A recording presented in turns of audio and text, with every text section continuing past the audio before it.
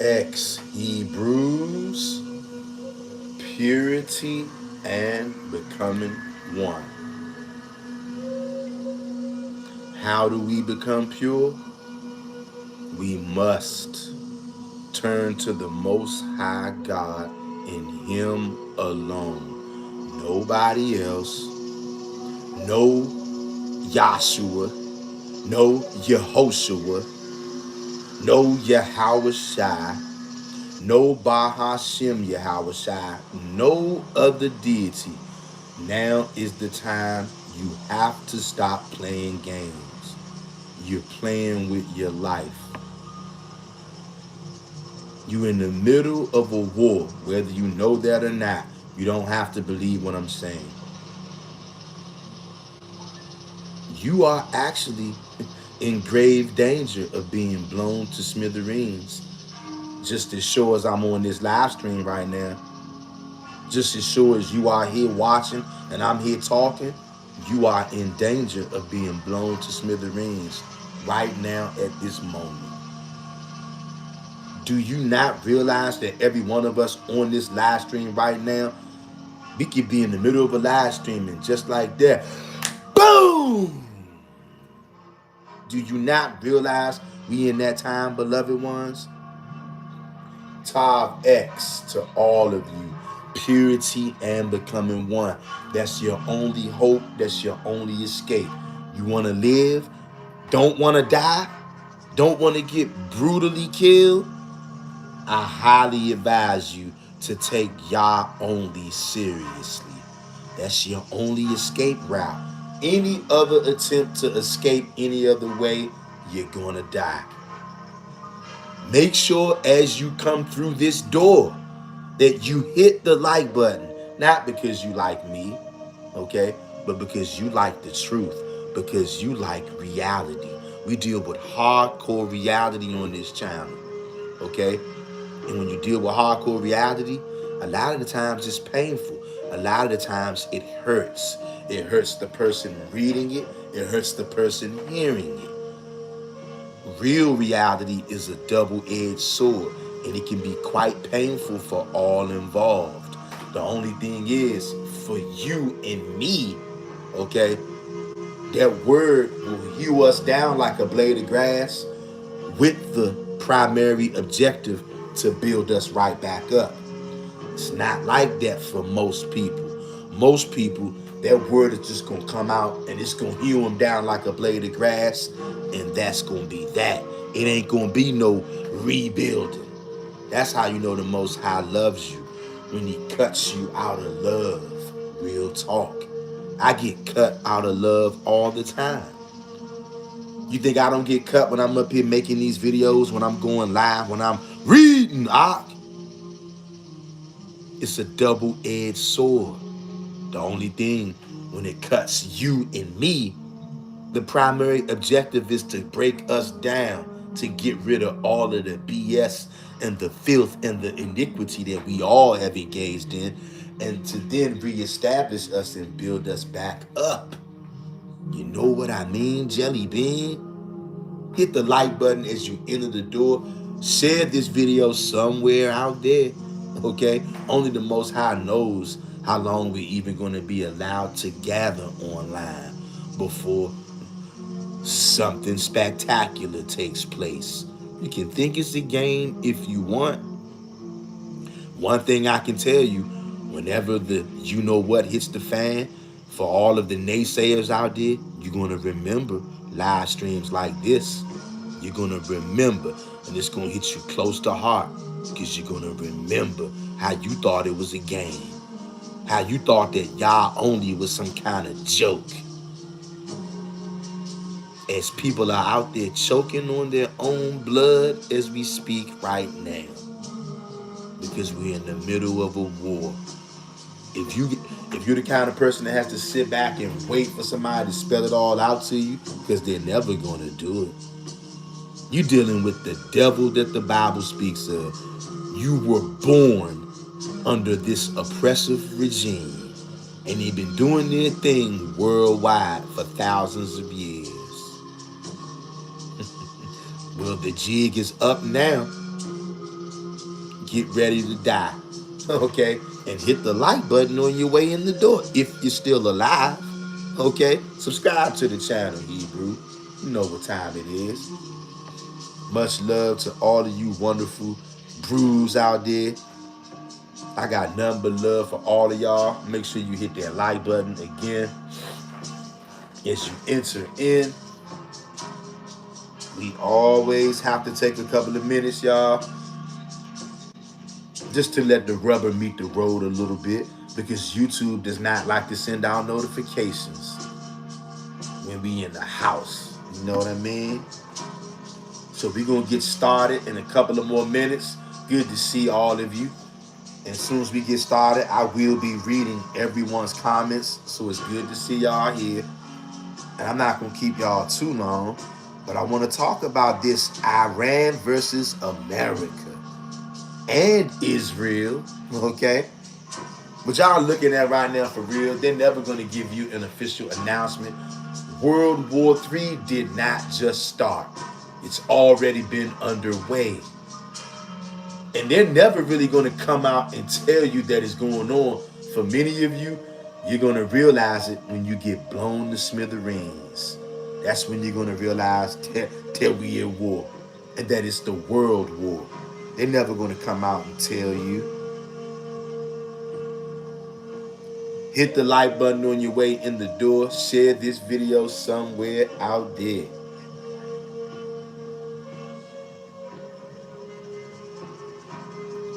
We will be getting started soon, beloved. I hope you wonderful Hebrews have been doing your psalm meditation. Okay, it's getting serious out here. You need to be praying to the Most High that He hides you and me and all of us in that secret place.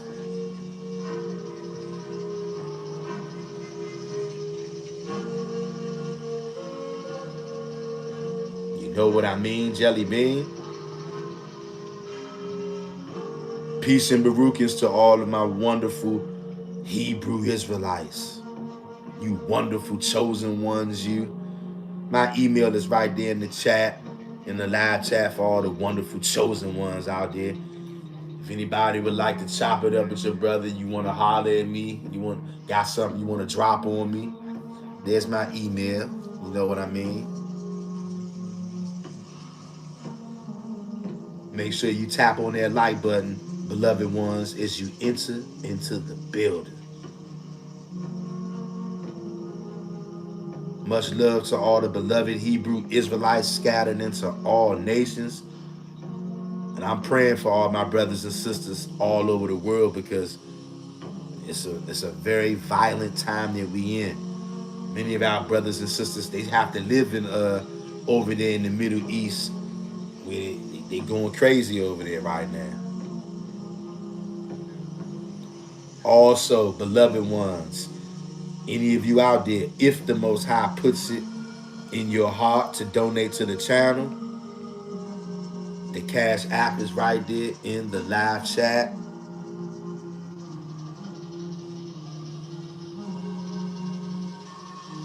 Of course, it's not required that you do anything like that. Only saying if the Most High puts it in your heart and you would like to, there's a place right there where you can do that at the Cash App, beloved ones.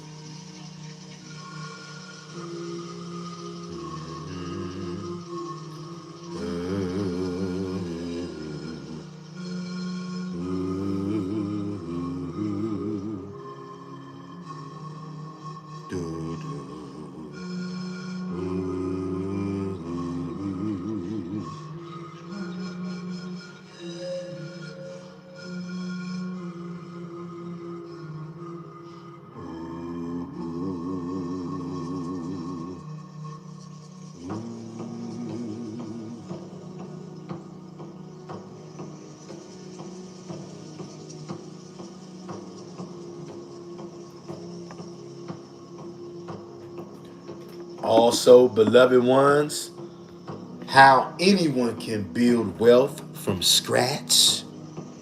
Bootstrap to Millions ebook is now live on Amazon. Link to that book is also in the live chat. Bootstrap to Millions. Check it out. Read it today.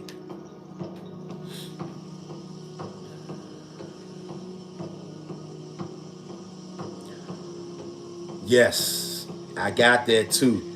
You know who you are. You just sent me a testing email and I just saw it pop up on my apparatus. Yes, beloved one, I did get that. The test went well. I got it. You know who you are. All praises to the Most High Yah and Him alone. Yeah. I'm about to read these comments and then I'm about to let y'all go. No, I'm not. I'm gonna read these comments and then we're gonna do a little discussion, biblical. We're gonna read and we're gonna bring a little understanding to what kind of times we in. Because I'm gonna tell you, I care about my brothers and sisters, and I am my brother's keeper. And I know that the whole world is in grave danger right now. And most people are not going to survive the things that are coming on the earth because they're blood drinking, body eating blasphemers. There's only a handful of people who are going to survive the things that are coming on this earth as we speak. And most high willing, you and I, us, we are part of those people. That's what we hope and pray. That's why we serve Yah and Him only. And that's why we do our best to keep His laws, statutes, and commandments. All of those things combined give us the greatest chance, not only for survival, but to thrive. We're not looking just to barely make it. No, we're looking to survive, yes, and we're looking to thrive. You're in a time right now where you're witnessing the downfall of your enemies. And it's sad to say many of the Hebrew Israelites don't even know who their enemies are. Because most of our people live in the land of Oz. Like the Wizard of Oz. Skipping down the yellow brick road thinking that everything is sweet. Okay? Once again, tap on that like button. We get ready to get started in a little bit. I saw Tessa Yah said she liked this music. I gotta rewind this little part right here because I like this little music too. Helps soothe my mind, soothe my spirit. You know what I mean?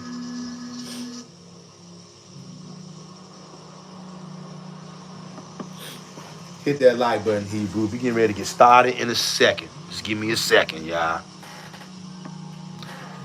Give me a second.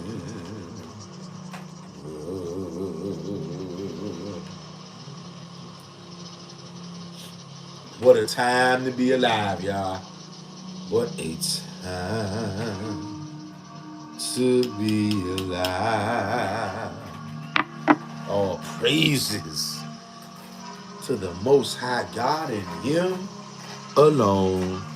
Tav X, all you wonderful Hebrews out there.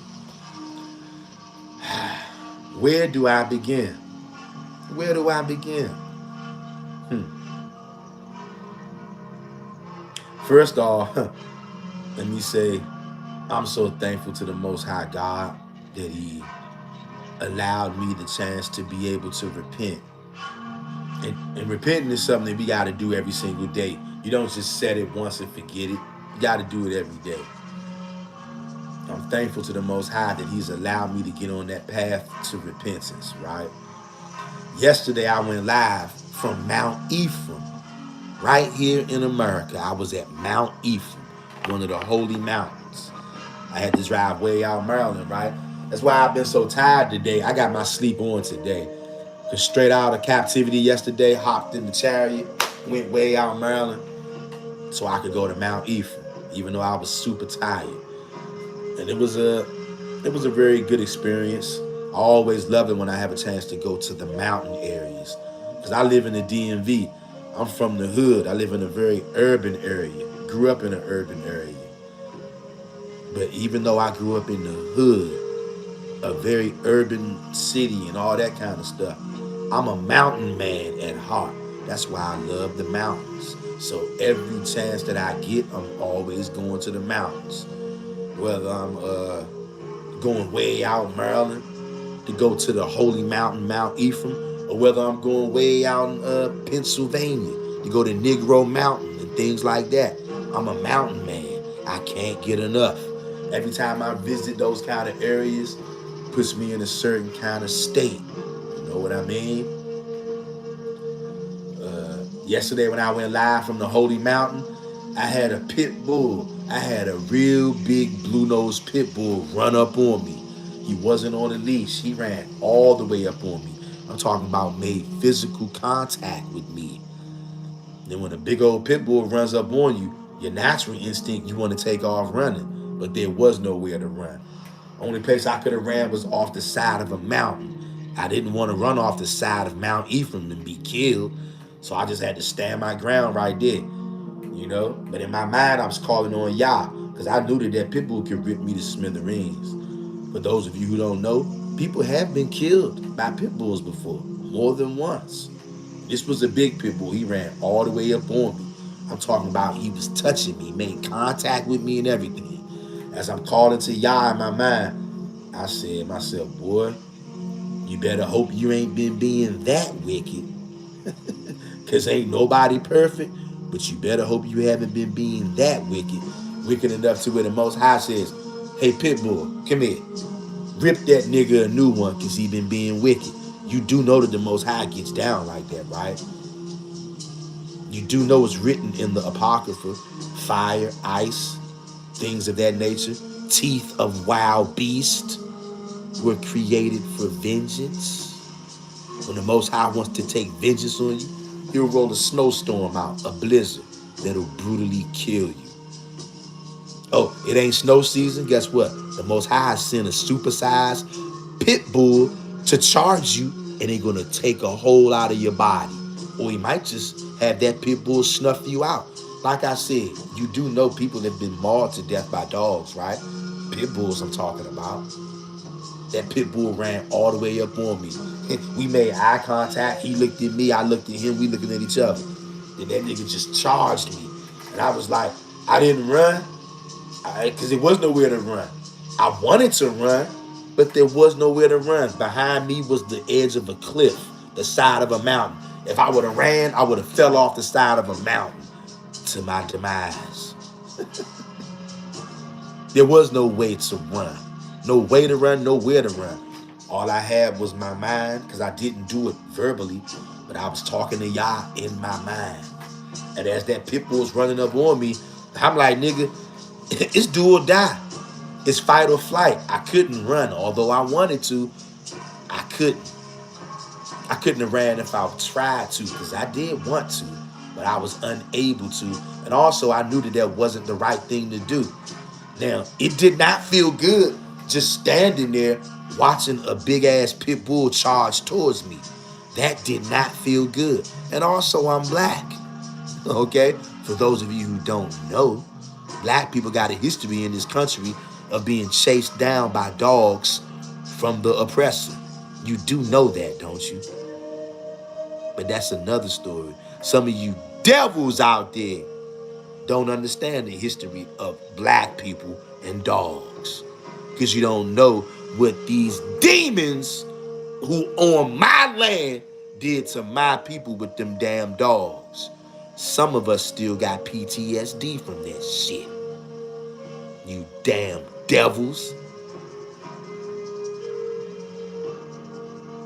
But anyway, that dog was racing towards me, charged right at me.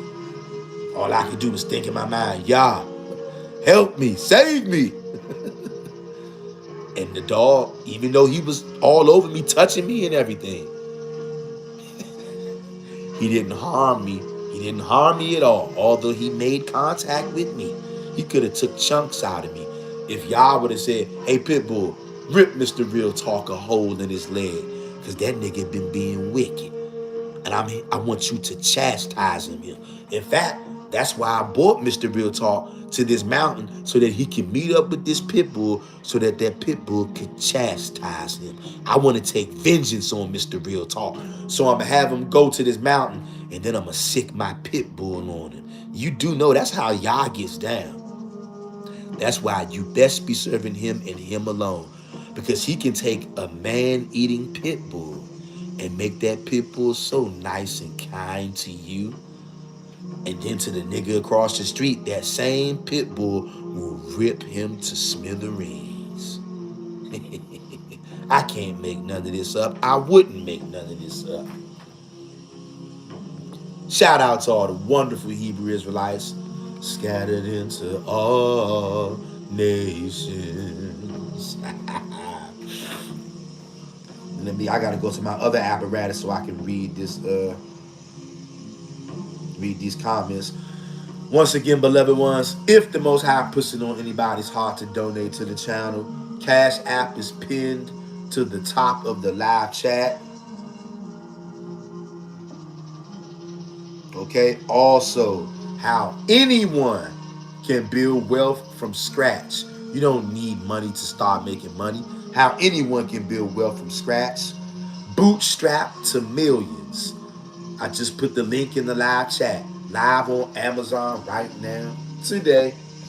Share this video somewhere, beloved ones. Here's what we're going to be doing today. I'm not going to keep y'all too long, right? That's what I want you to do.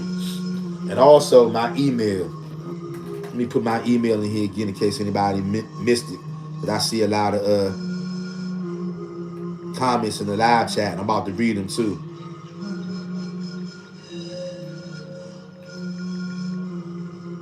Here's my email. Glory to Yah. Here's my email again, family, in the chat in case anybody wants to email me. If you need to email me, glory to Yah 1121@gmail.com. Once again, family, I love every last one of y'all out there. I appreciate you clicking on this video because you could have been somewhere else doing something else, like whatever. Just like I could be somewhere doing somewhere else. I could be somewhere doing something else. We all could be somewhere else doing something else. But we not. We here doing this.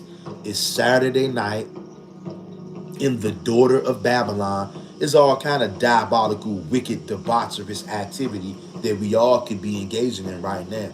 But instead, we thought it would be better to get together with like-minded people and do stuff like this. Read the Amplified Bible on a Saturday night. See, that's how you know we build different.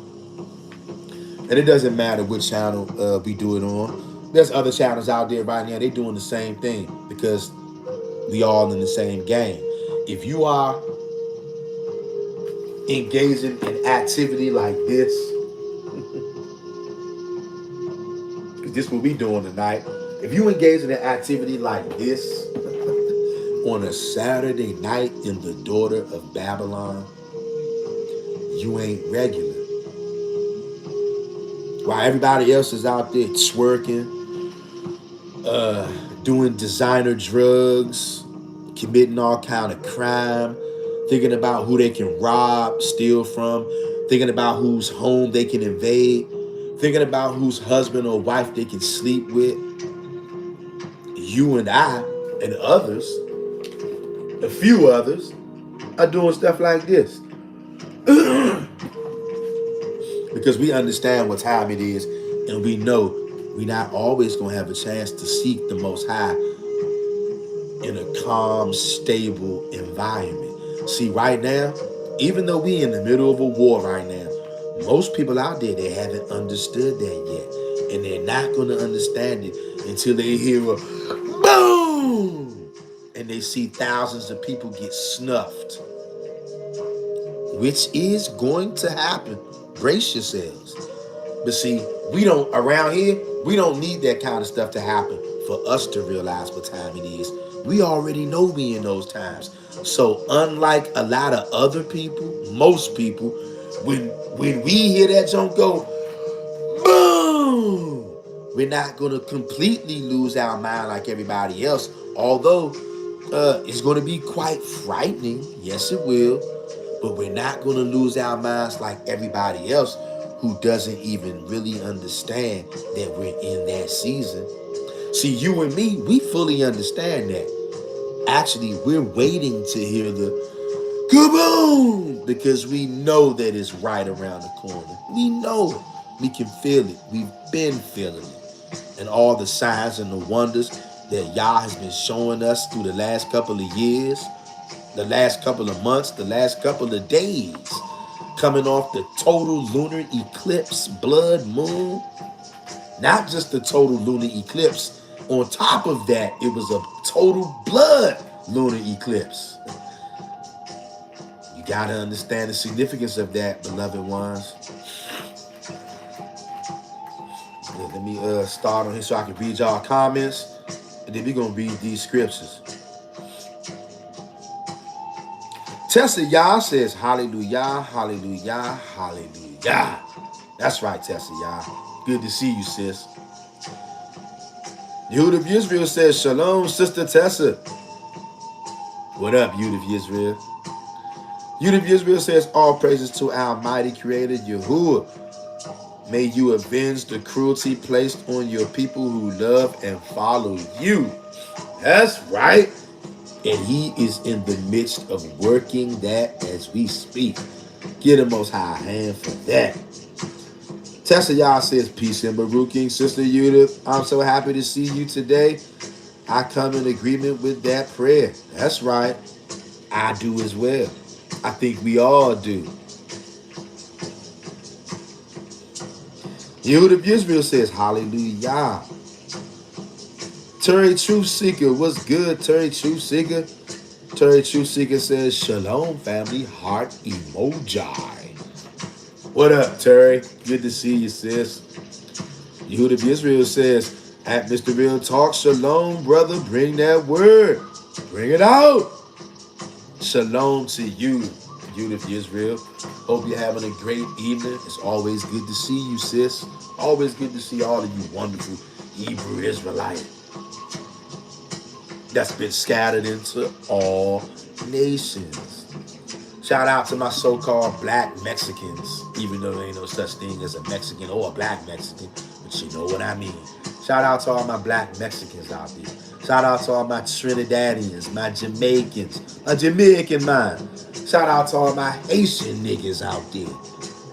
Even though we know there's no such thing as a Jamaican as a Haitian, there's no such thing as a black person, period. No such thing as an African American.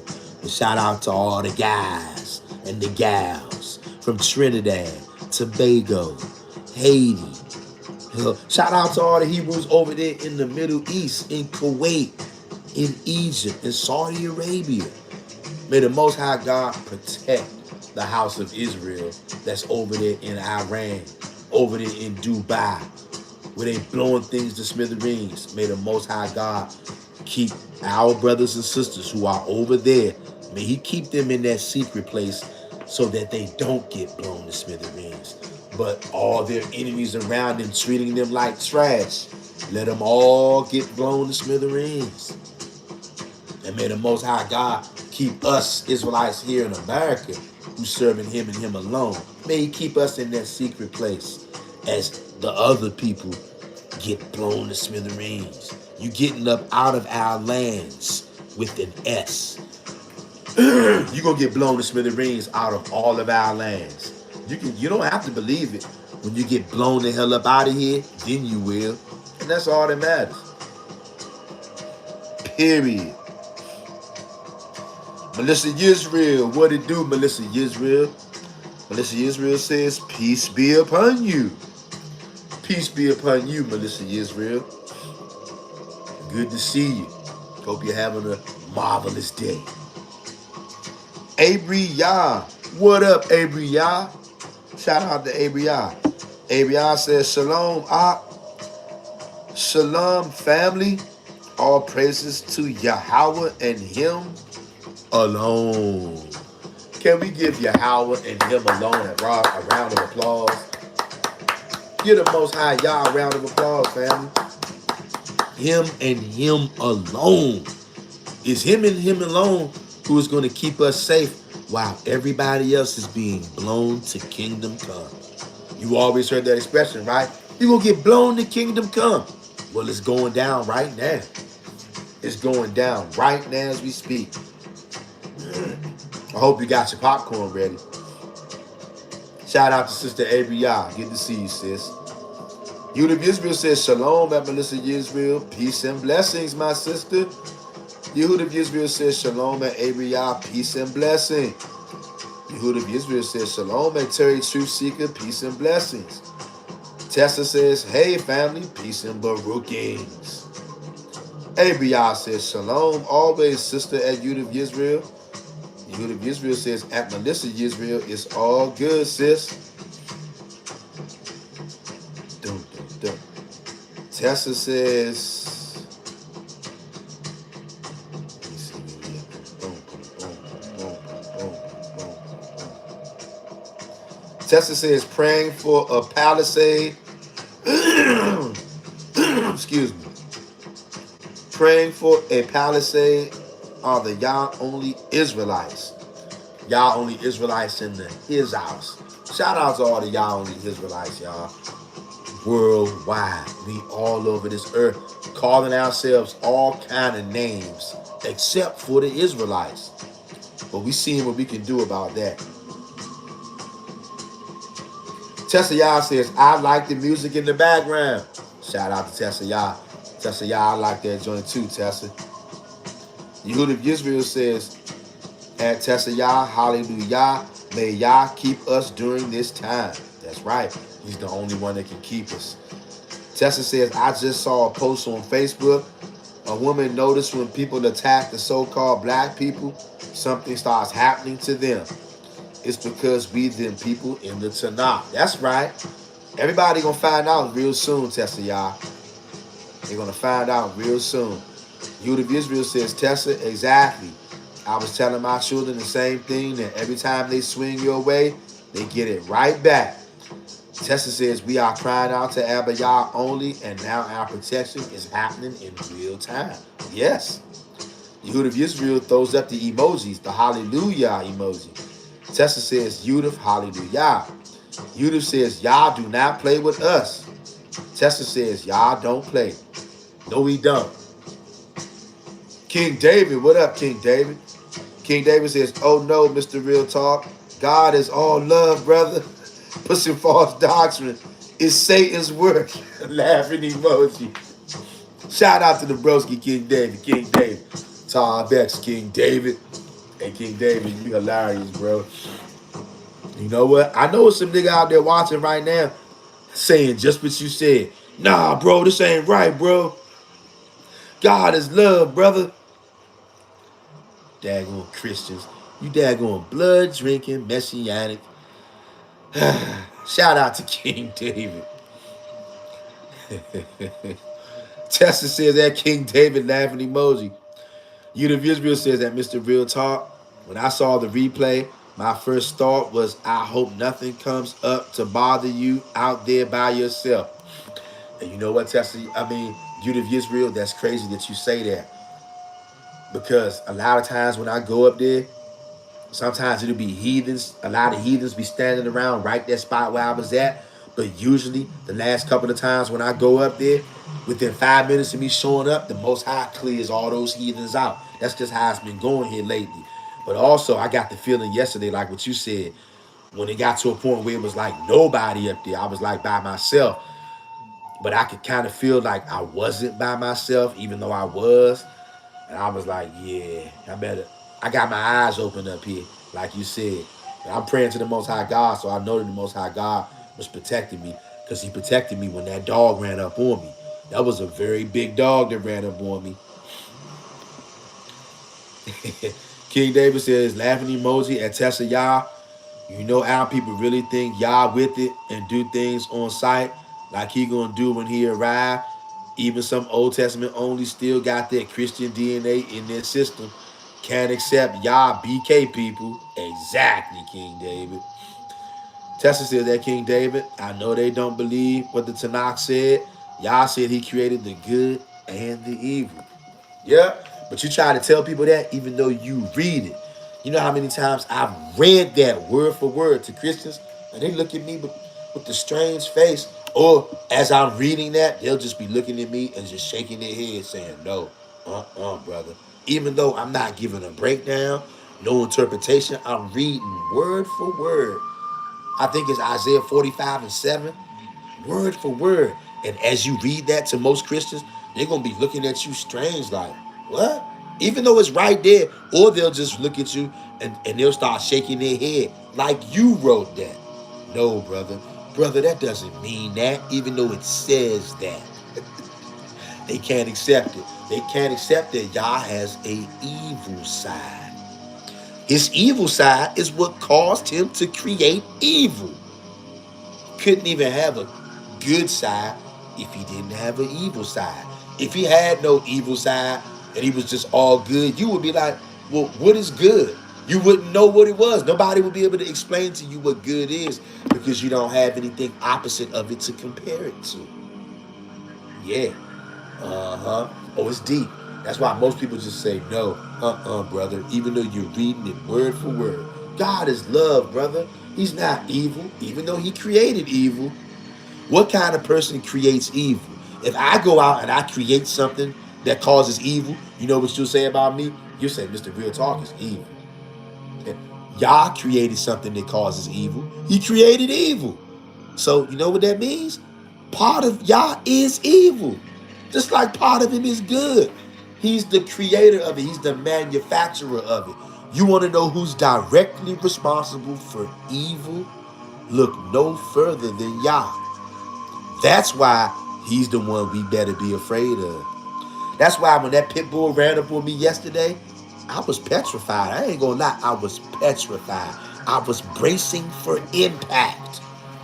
And you know what? I knew that it was solely up to Yah. If Yah wants that dog to rip me to smithereens, that dog would kill me right there. If that's what Yah wants. That dog would have started striking me viciously and vigorously, would have got me on the ground, and then he would have went for my face. If Yah instructed him to, that dog would have did whatever Yah told him to do. Believe it or not, what he actually did yesterday was strengthen my faith. Of course I believe in Yah. That's why I serve him and him alone. And he's always doing something with me or to me to put me in some kind of situation to see what I'm going to do. He actually strengthened my faith even more yesterday when that big pit bull running up on me. Because see, I know at that point, I'm helpless. I'm helpless. I'm at the mercy of Yah. We always at the mercy of Yah. He's the excellent strategist. If he wants to set you up, he could have had me leave work yesterday and drive way out Maryland just to go to the holy mountain so that I can be ripped to smithereens for being wicked.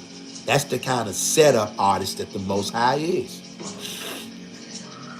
Or he can take a diabolical situation, what it seems like, and use it to strengthen your faith, like he did with me yesterday on that mountain. You think that my faith didn't grow stronger yesterday because of that? Like I said, of course I believe in the Most High God. I wouldn't be here doing what I'm doing right now if I didn't. But my faith grew a little bit stronger yesterday.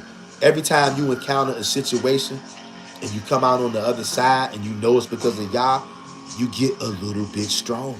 You get a little more courageous every time something like that happens. Shout out to all the wonderful Hebrew Israelites. King David says 100 at Tessa Yah. Yehuda Israel says, hit the like button. That's right. Hebrew Israelites, please, if you are in here watching this video right now, hit the like button. The like button is free, family. You do know that, right? King David says, that's right. Motherfuckers got a different accent due to the separation, thinking they different. We the same, and police and systems show we the same. Accent don't mean nothing. Exactly, King David.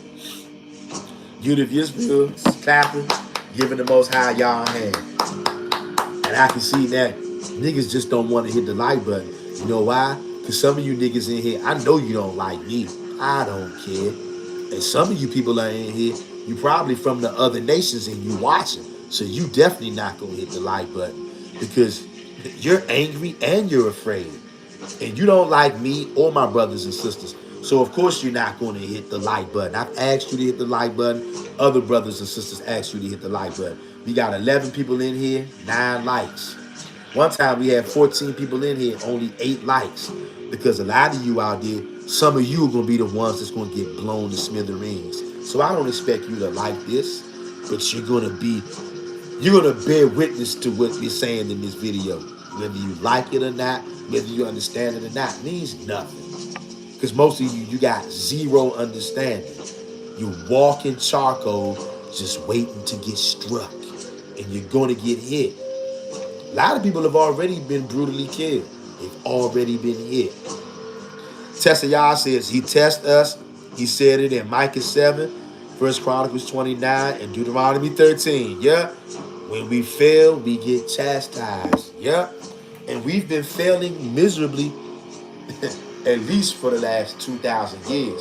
It's been longer than that. But at least for sure, you can stamp the last 2,000 years. We've been failing miserably. Because we've been drinking blood and eating flesh. Eating a nigga's body. Following a demon.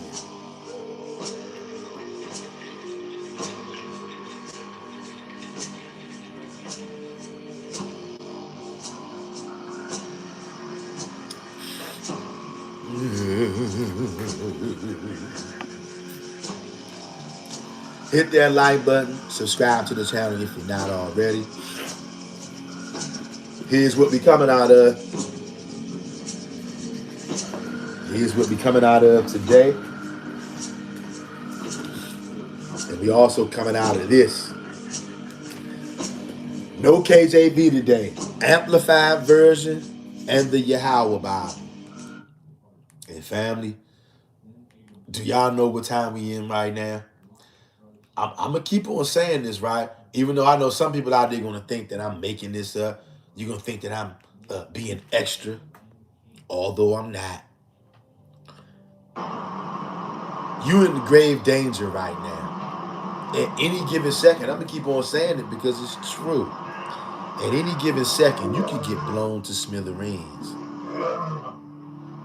The Iranians are pissed. And the Most High is the one who controls the spirits of men. Whether you do something good or whether you do something evil. Just like the Most High God has always used other nations to tackle us, to take us down and to destroy us. He's also always used other nations to tear down other nations. That's what you're seeing right now. The people over in Iran, they're tougher than what Donald Trump estimated. He underestimated the people of Iran because of his so-called white man complex. The Edomites have been abusing humanity for thousands of years. They've been abusing animals and humans for thousands of years. The Edomites see a country that they like, they go over there and they destroy everybody over there, put the people in slavery, and they steal the land. And then they pretend to be the people who they just killed. They don't change the playbook. They've been running the same playbook at least for 2,000 years. Hey, I like that land over there in France. I'm going to go over there and take it. Go down to France, kill everybody that they can. And then they start telling people, hey, I'm from France. I'm the French. They go over to South Africa. They say, damn, I like this land. Kill as many people as they can in South Africa, steal the land. And then they say, hey, I'm South African. Same thing they did to America. They said, damn, we like America. Came to America, murdered as many indigenous Negroes as they could, put the rest into slavery, shipped them all out and said, hey, I'm American. They have never changed their play. It's very easy to identify who the Edomites are. They run the same play for thousands of years. Same thing in the Middle East. A lot of those people out there in the Middle East, they're not the real people of that land. They're not the real people of that land. Most of the people out there, a lot of them are Edomites. You do know that there are black Iranians out there, right? Why don't you ever hear about the black Iranians? Why don't they ever show them to you? Because they're indigenous to that space. That's their land. They've been there the whole time, but you don't see them. You see the other people who seized the land from them, mostly Edomites. This thing is diabolical. It's diabolical. The Most High God is going to make all the nations fight. They're going to blow each other to smithereens. And then the Most High God is going to finish them off. Finish him! Like Mortal Kombat. King David says they fooled Donald Duck with a fake spray paint aircraft, made them waste a nuke, got him with a Looney Tune trick with the wolf painting the wall for the Road Runner, and it backfires. Laughing emoji. ABR says at King David, laughing emoji. Pretty much. You cannot make none of this stuff up. It's going down, y'all. And I'm going to tell you, you better learn wisdom. You better turn to the Most High, him only. Family, I'm encouraging everybody. I already been telling y'all this. Please, y'all, start doing your Psalm meditation, y'all. Start doing your Psalm meditation. 5 minutes is not a lot of time. Every night before you go to sleep, take 5 minutes and meditate deeply in the Psalms. Sing those Psalms. Chant those Psalms. Whatever ones you want to focus on. You know what Psalms you want to focus on. I can't tell you which ones. You can switch them up or you can use the same ones. 5 minutes at night before you go to sleep and 5 minutes first thing in the morning is not a lot of time. You need to start doing that if you're not doing that already. If you don't understand that, I don't know what to tell you. Please. Please, fam. Start doing your Psalm meditation.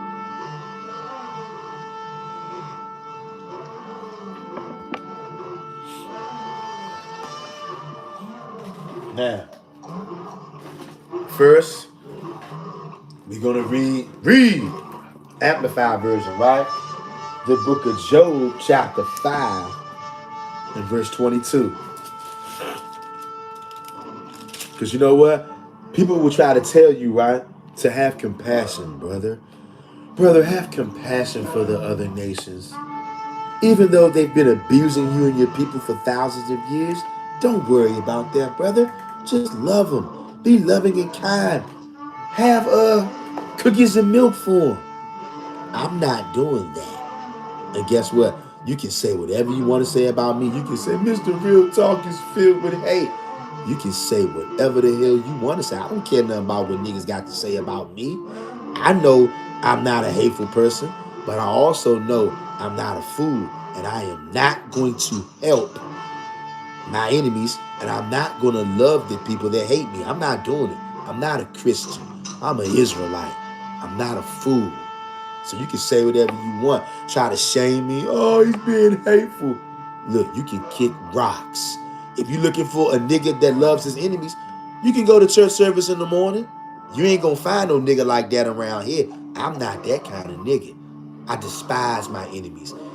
All the nations that despise me, I despise them right back. Not praying for them, not welcoming them with open arms.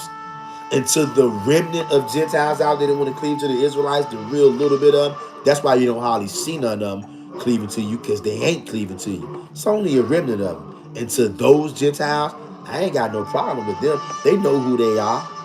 But the majority of the Gentiles, they getting up out of here. And they're going to get brutally taken up out of here, just like they did to me and my forefathers. Ain't no love involved with that. If you don't like that, you can unsubscribe, no problem. Go to church or find a nice little soft Israelite channel. Find the kind of channel where niggas pray for their enemies. This ain't that kind of channel. I'm never going to push that foolishness over here. This ain't a channel for the soft-hearted. It ain't a channel for niggas that want to do kumbaya with the niggas who had you in slavery. I'm not like that, and I'm never going to promote that. And anybody who doesn't like that, I ain't got nothing against you. I just know there's a difference between you and me. And that doesn't make you bad, and it definitely don't make me bad for wanting my enemies to get what's coming to them. Not only do I want them to get what's coming to them, I think it's funny. I think it's hilarious. it makes me feel great. Like Tony the Tiger, great. I'm gonna laugh as my enemies are being BK. Yeah, taken out viciously, violently, and brutally in the most brutality of ways, the most gory, heinous ways you can think about. Nigga, I'm gonna laugh at it. You know why? Because they did it to me. And as you have done, so shall it be done. This is not a soft, loving channel for the enemies. This is a soft, loving channel for the Hebrew Israelites. And it's only a minuscule part of the Gentiles that's going to cleave to us. That's why you don't hardly see any Gentiles around us, because they ain't trying to cleave to us. So you can go out and try to save them if you want to. That ain't what I'm here to do. I'm here to laugh and to give the Most High God a round of applause. I'm here to say, get him, Most High, get him, take him out, Most High, woohoo! I'm enjoying the show. And it's only the beginning. I want more of it. I want lots more. I want to get up one day and look up and see nothing but crying, sadness. Not of me, not of you, but everybody who told us to forget about what they've been doing to us for thousands of years. I want to look up and see them crying. I want to look up and see them doing a whole lot of things that's going to make a lot of y'all sad. It ain't going to make me sad. I'm going to laugh. And go ahead and say, he's filled with hate. I'm unsubscribing. Go ahead. You think I care? Do you think that I care? And now I'm getting ready to show you why. No, I don't care. And I'm going to laugh at the calamity of my enemies. It's a good thing. I've been waiting for this. Ever since I came into the truth, I've been waiting for this.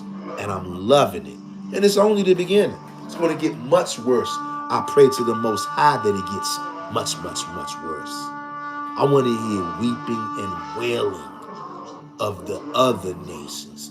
Why me and my brothers over here drinking Kool-Aid, eating popcorn, laughing at you. Yeah, I'm going to laugh at you. Because you know what? You other nations out there chopped off my penis. Yeah, and I'm pissed, okay?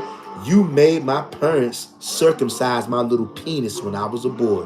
And guess what? No, I don't care that it's written in the Bible, because I know that there are lies in the Bible. You made niggas chop off my penis as a small child. And that part of that, you chopped off part of my brain. And no, I don't forgive you. I want you to lose your life for that. Yeah, because that's called first-degree felony assault on a baby at that, chopping off my damn penis. Don't even get me started on that, though. The point is, I'm laughing at the destruction. And so should you. So should you. I can see some little weak, soft Israelite right now. They going, oh no, he's filled with hate. If you a woman, I'm going to let you know right now, I'm going to let the sisters go for thinking like that. Because I understand women are not made to fight against a man. That's a man's job. And the Hebrew Israelites, Old Testament only, we ready to fight against the other nations. It starts off spiritually first. So I'm not going to knock none of the sisters. Because even though you're going to, any of the sisters who are going to say that I'm filled with hate, I know you don't know what real love is. And you definitely have a soft heart for the wicked. I don't have any of that. I know what real love is, and I don't give a damn about the wicked, okay? But I'm not going to fault the sisters, because I know how sisters are. They're nurturing, they're kind, they want to love everybody. I get it. But if you a man talking like that, shame on you. And you better not bring that shit around here to me, or I'm jumping in your shit with both feet. I'm only going to cut the women some slack because they're women, okay?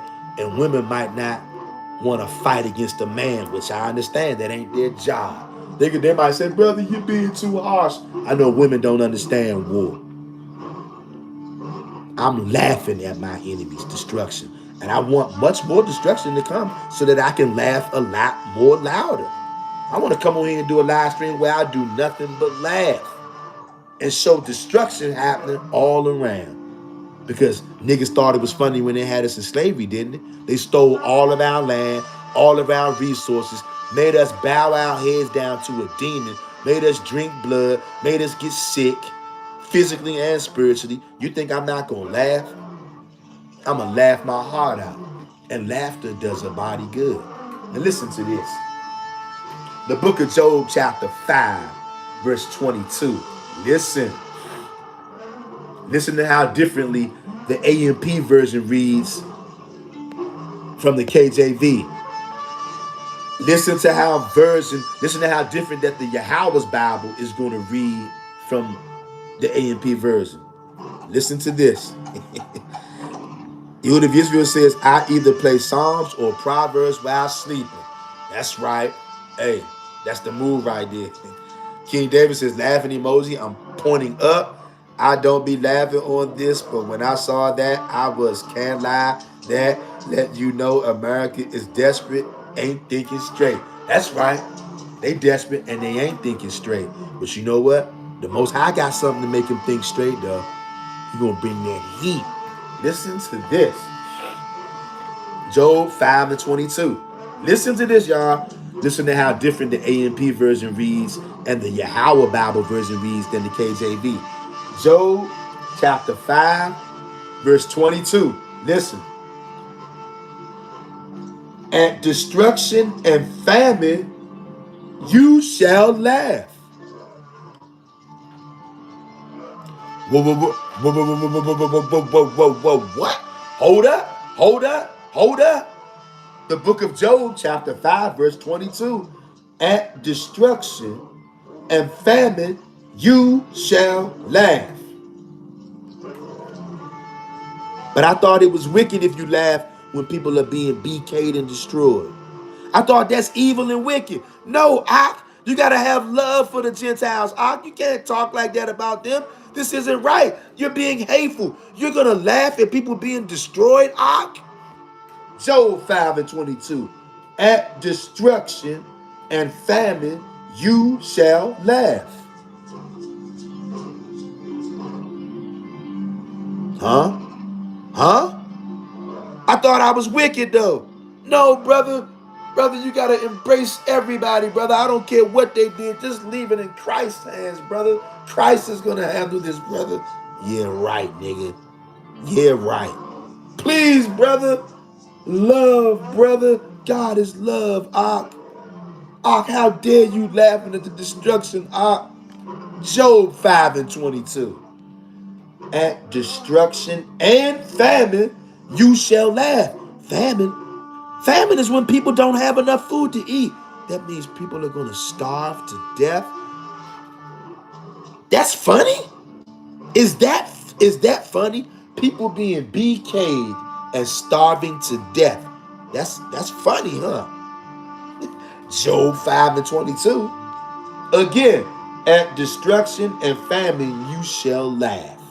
Yeah, you see them bombs dropping on our enemies? I'm laughing. I'm telling you right now. I'm tickled pink to my stomach. I'm laughing. Just like Job said we would. At destruction and famine, you shall laugh. Neither shall you be afraid of the living creatures of the earth. Talking about animals, y'all. Because the Most High will protect you from animals. Kind of like he protected me yesterday on Mount Ephraim from that pit bull. Y'all see that? That's right here, y'all. Do y'all see that?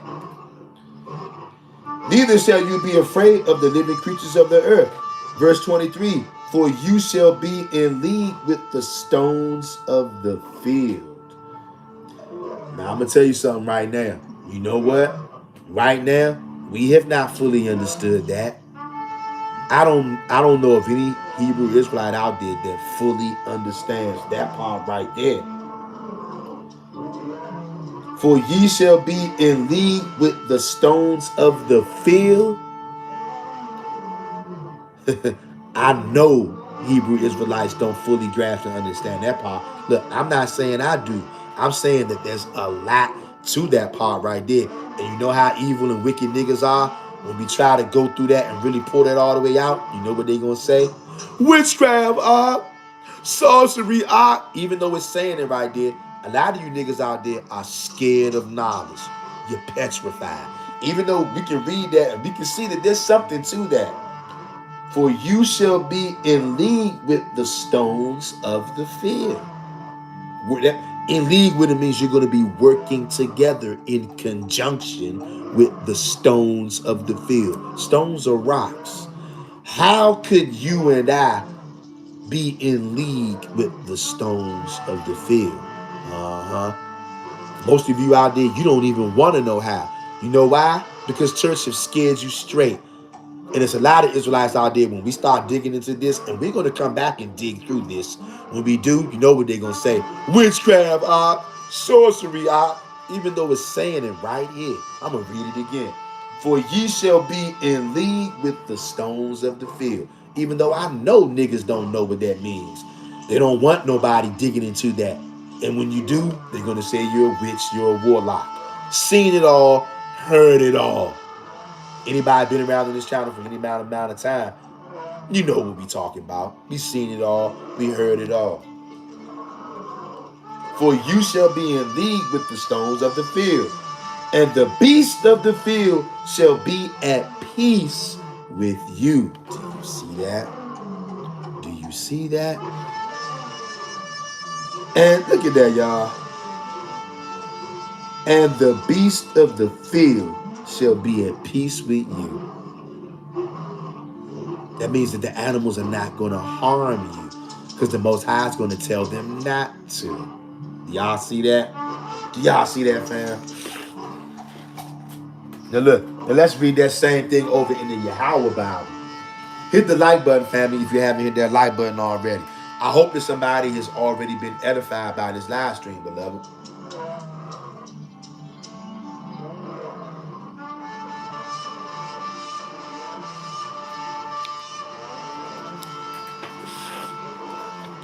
That same passage in a different translation. Job 5:22. You will laugh at plunder and famine, and wild beasts you need not fear. You see that?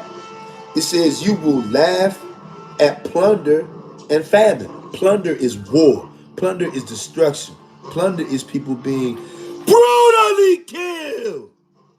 Your enemies, your adversaries, whether they get BK'd, taken into slavery. You're going to be laughing at that. You're going to laugh at famine also. And the beast of the field, you need not fear them. See, this ain't for everybody. This is only for y'all only people right here. If you still drinking blood and eating bodies and all that garbage, this does not apply to you. The animal's going to rip you to smithereens. You will not be in league with the stones of the field. Not you. This is only for the Yah only Hebrew Israelites. Listen. Verse 23. For you shall have a covenant with Yahweh. Listen to this, y'all. This doesn't say this in the Amplified version or the KJV. Listen to this. I'm going to start over from verse 22, then we're going to go to verse 23.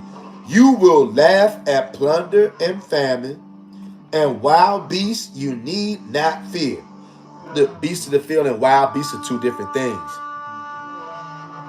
Wild beast means even talking about lions and tigers. Is your faith strong enough that you can be out in the field and a lion or a tiger can be near you, in the same room with you, and you think that he's not going to charge you and rush you and rip you to smithereens? How would your faith be if you were standing in a field with a lion and a tiger? Say they're 100 yards away, 50 yards away, 20 yards away. Would you be able to stand before a lion or a tiger and say, I'm not afraid of him? Not because you're so tough, but because you know that you are Yah only, and that Yah only got your back, and that he's going to cause that animal not to rip you to smithereens. Is your faith that strong yet? When you read the Torah and the Tanakh, it's supposed to help build up your faith, and it will. You meditate on it, you stand in it, you build in it, it will build up your faith. Just like it did for me. My faith grew yesterday on that holy Mount Ephraim when that pit bull charged me, and I had to call on Yah in my mind and meditate in my mind, because I didn't do it aloud. I was kind of stuck, but my mind was working. And I was calling on Yah in my mind as that pit bull was charging me. He ran all the way up on me. He made contact with me. His body was against my body, okay? He was right there with me. He could have ripped me to smithereens. But it was Yah who kept that wild beast I'm not gonna say he kept them off of me because he was on me. I felt him. He was touching my body. He charged me, ran all the way up on me, and put his body on my body. Let me know, nigga, it's real. I'm right here. I could kill you right now if I want to, nigga. But the Most High Yah decided that it was gonna be another way. Look, for you shall have a covenant with Yahweh against the demons of the field. Every person that's in here right now that just heard that, I want you to put a fire emoji in the live chat. I want you to share this video with somebody out there and put a fire emoji in the live chat if you heard what I just read. It don't read like that in the AMP amplified version. It don't read like that in the KJV. Listen to this again. For you shall have a covenant with Yahweh against the demons of the field. Against the demons of the field. You will have a covenant against them. Against who? Who is them? Against the demons of the field. Have you ever heard it like that before? Have you ever heard it like that before? Have you ever heard it like that before, beloved? Your KJV is not going to tell you got a covenant against the demons of the field. The Amplified version ain't going to tell you that you, and that's the Yah only folks, got a covenant against the demons of the field. Look, you see why I love this version right here? Every time when I'm digging in this thing, I always find something new. I always find something new every time. I got to read that again. And look, I discovered this today. Listen to this again. I'm going to start at verse 22 again so y'all can get the full intake. And put a fire emoji in the live chat if you heard that. If you watching this on the playback, put a fire emoji in the live chat if you just heard what I just said out of the scriptures. Again, we're going to go from 22 to 23. Job chapter 5. You will laugh at plunder and famine and wild beasts you need not fear. That means a pit bull, don't be afraid. A grizzly bear, don't be afraid. A lion, don't be afraid. A tiger, a gorilla, don't be afraid. Those are wild beasts. You don't have to be afraid of them. Is your faith there yet, beloved? Get into these scriptures and read, pray, meditate. Do your psalm meditation every single day until your faith gets to this point. For you shall have a covenant with Yahweh against the demons of the field, and the beast of the field shall be at peace with you. Put a fire emoji in the live chat if you heard that. You're going to have a covenant with Yahweh against the demons of the field. Family, the next time we come together and we cry out to the Most High, we are going to cry out to the Most High God that he honors the covenant that we have with him against the demons of the field. We ain't playing no more games. This is unreal. For you will laugh at plunder and famine and wild beasts you need not fear. For you shall have covenant with Yahweh against the demons of the field, and the beast of the field shall be at peace with you. You know what that's telling you too? That there are real live demons out there who are running around in the fields. Okay, listen to this. You can't see a demon. And notice this said the demons of the field. There are demons out there, okay, in the fields, in the woods, in nature. There are demons out there in the field. And you got a covenant with Yahweh against them. So we need to start bearing down on those demons of the field by going to Yah and praying to him and asking him to activate and to honor this covenant that we have with him against the demons of the field. I'm telling y'all, this is mind blowing. Verse 24. You will know that your tent is secure, and you will take inventory of your property and find nothing missing. You see this? We are going to be good. The y'all only peoples, that is. Turn with me. We're going to be in the Amplified version right now. We're going to go to Proverbs. Proverbs 33 and 3. Look, when you see, I'm sorry, Proverbs 3 and 33. When you see what's going on with Iran versus Israel, Iran versus the USA, here's what you have to understand, beloved. Israel, the people over in Israel, they are the devil that the Bible speaks of. The people here in America, they are the devil that the Bible speaks of. Donald Trump thought that it was just going to be an easy little pushover. Thought he'd just go over there, drop a couple of bombs, and get the Iranian people to bow down and surrender. He slept on the Iranians. He underestimated them. He went over there and thought he just had an easy lunch he could take from somebody in school. He didn't know that today, this little nigga gonna stand up to you. He gonna say, nigga, you can't take my lunch money today. Because today is the day I'm just not going for it. That's my lunch money. And I'm going to eat my lunch even if I got to die for it. See, that's what you call standing on business. The world is erupting into chaos right now. I'm telling you, as a Hebrew Israelite, you should be on the sideline with your popcorn and your Kool-Aid, and you should be laughing. You should be laughing. And it's going to get worse. Did you hear that Donald Trump said, the only thing that Donald Trump said is accepting is unconditional surrender? I want y'all to listen to that for a second.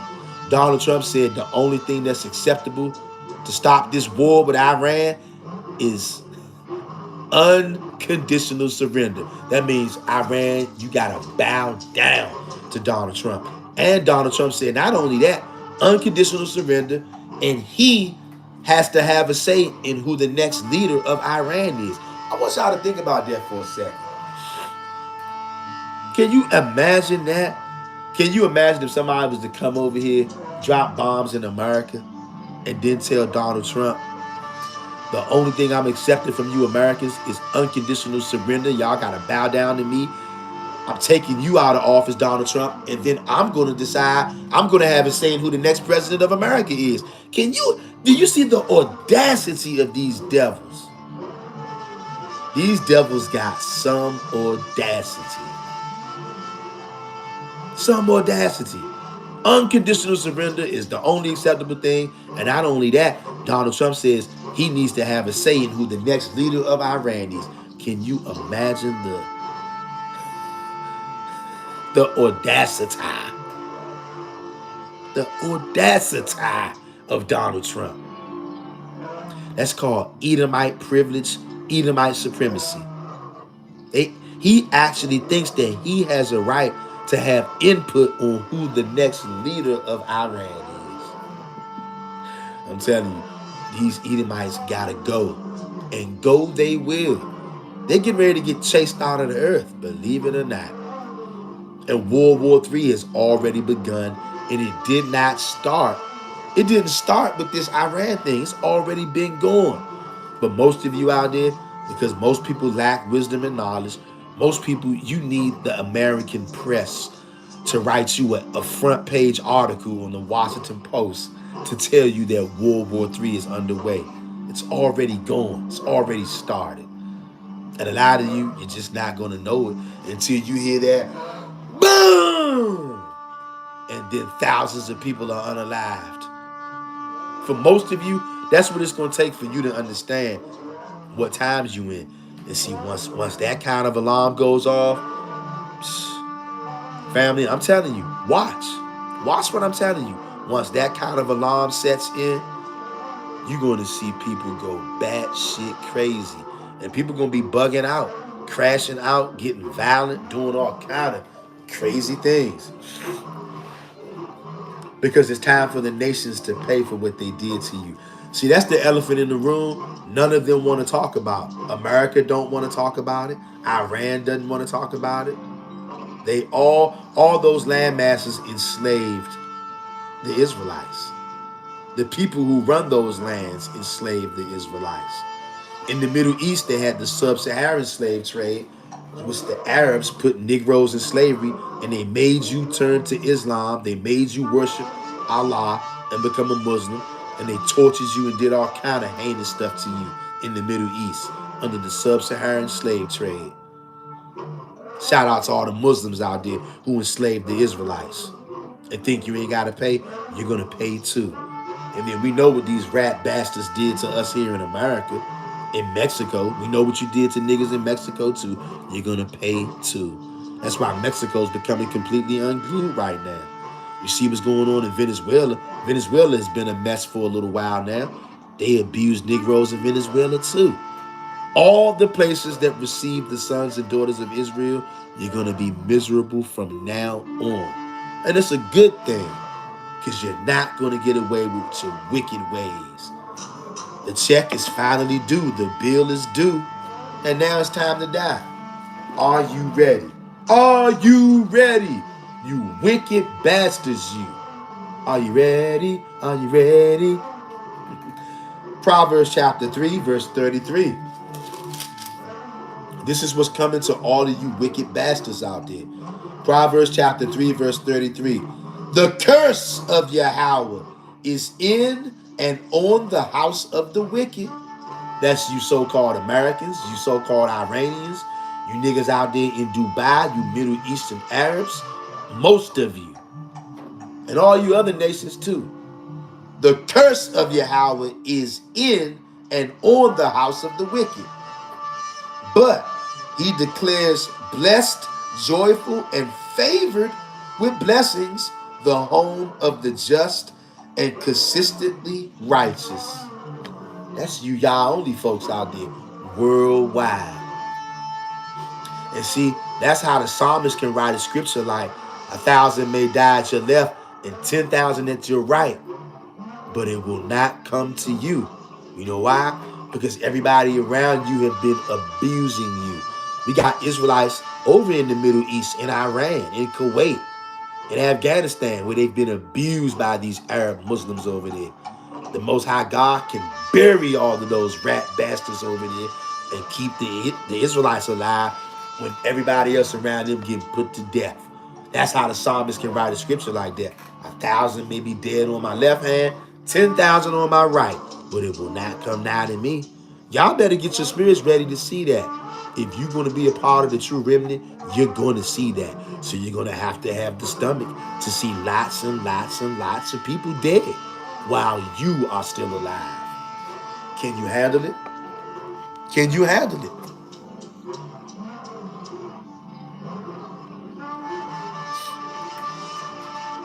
Again, Proverbs chapter 3, verse 33. The curse of Yahweh is in and on the house of the wicked. But he declares, blessed, joyful, and favored with blessings, the home of the just and consistently righteous. Hallelujah. Hallelujah. And one of the footnotes it has under that is Psalms 37 and 22. Let's just take a peek at that. Psalms 37 and 22. Take a little peek at that real quick. Psalms 37 and 22.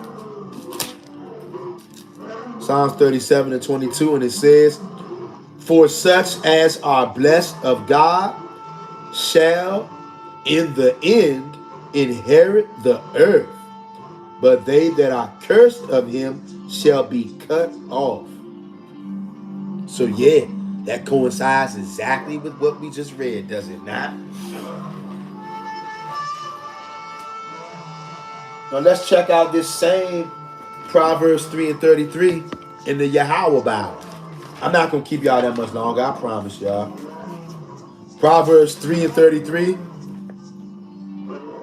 in the Yahweh Bible, and it reads, the curse of Yahweh is in the house of the wicked, but he blesses the home of the just. How can you be just? You got to be pure. How can you be pure? You got to serve Yah and him alone. When you serve Yah and him alone, you're going to do all you can to keep his laws, statutes, and commandments.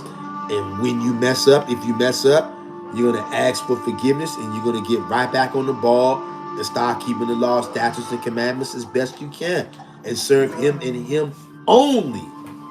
That's not a request. That's a command. And you either going to do that or you're going to get smoked. Period. As you can see, the smoke is all in the air.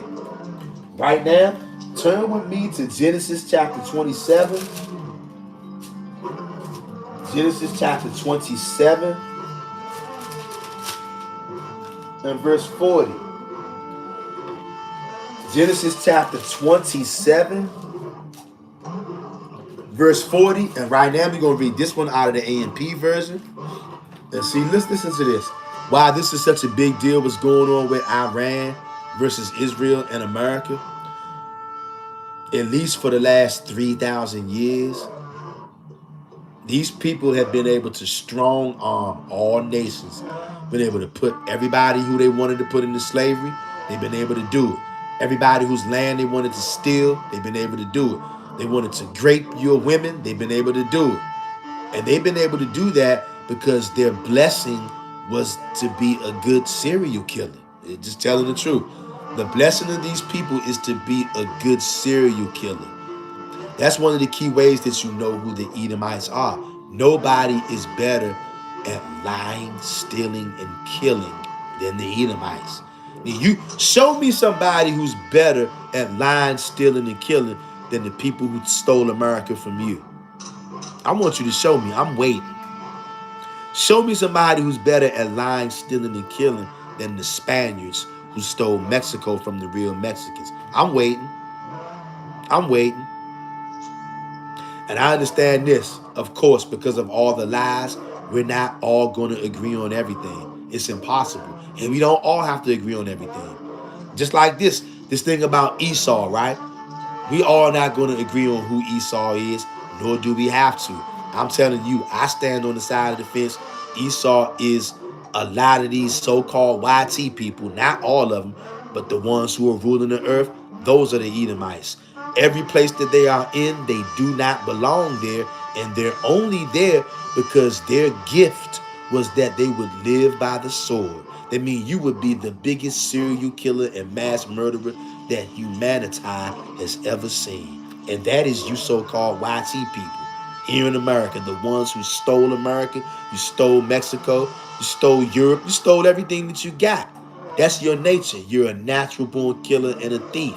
And you were to live by your sword. But the only thing that you didn't understand, you're going to live by the sword and you're going to die by that same sword. As you have done, so shall it be done to you. You got to be killed. The same way you killed everybody, you're going to be killed that same way. That's how you know who the Edomites are. Who's the best at graping, robbing, stealing, and killing worldwide? The people over there in the land of Israel. How you think they got there? By graping, robbing, stealing, and killing. Nobody does it better. How you think they got America? Graping, robbing, stealing, and killing. What about Mexico? Graping, robbing, stealing, and killing. How about South Africa? Graping, robbing, stealing, and killing. How stupid do you got to be to realize that these people are the devil that the Bible speaks of? And their gift was to be a serial killer. And that was also their curse. That same gift they were gifted with would be the same reason that the Most High God is going to kill them. You see that? The gift and the curse. Yeah. And now it's time to die. Are you ready? You had no problem using your sword all over the earth because that was your gift. By your sword, you were going to live. And that's what you did. You got everything that you got. You didn't get it by being smart, by working with others. You got it by being a damn killer, a savage animal. And now that same gift that you had, that sword, the power of the sword has been taken away from you. See, in times past, you could have just went down there to Iran, dropped a couple of bombs and had those people bow down and do total surrender. But you can't do that no more. You know why? Because your time for supreme rulership is over. Your sword does not have the same sting that it used to because you're losing your grip. And now it's time to die in Mexico, in Iran, in Israel, in America, all over. The UK, it's time to die. Are you ready to die for your wickedness? You devil, you. Genesis chapter 27, verse 40. Listen, by your sword you shall live and serve your brother. But the time shall come when you will grow restive and break loose, and you shall tear his yoke from off your neck. That happened. But we're going to reel Esau back in. Esau is to serve Jacob. That's the way it's going to be. Okay? Once Esau came out of those mountains and came down into civilization, he terrorized planet Earth. Okay? He's going to have to be subdued again. And this time, once he gets subdued, he ain't being turned loose no more.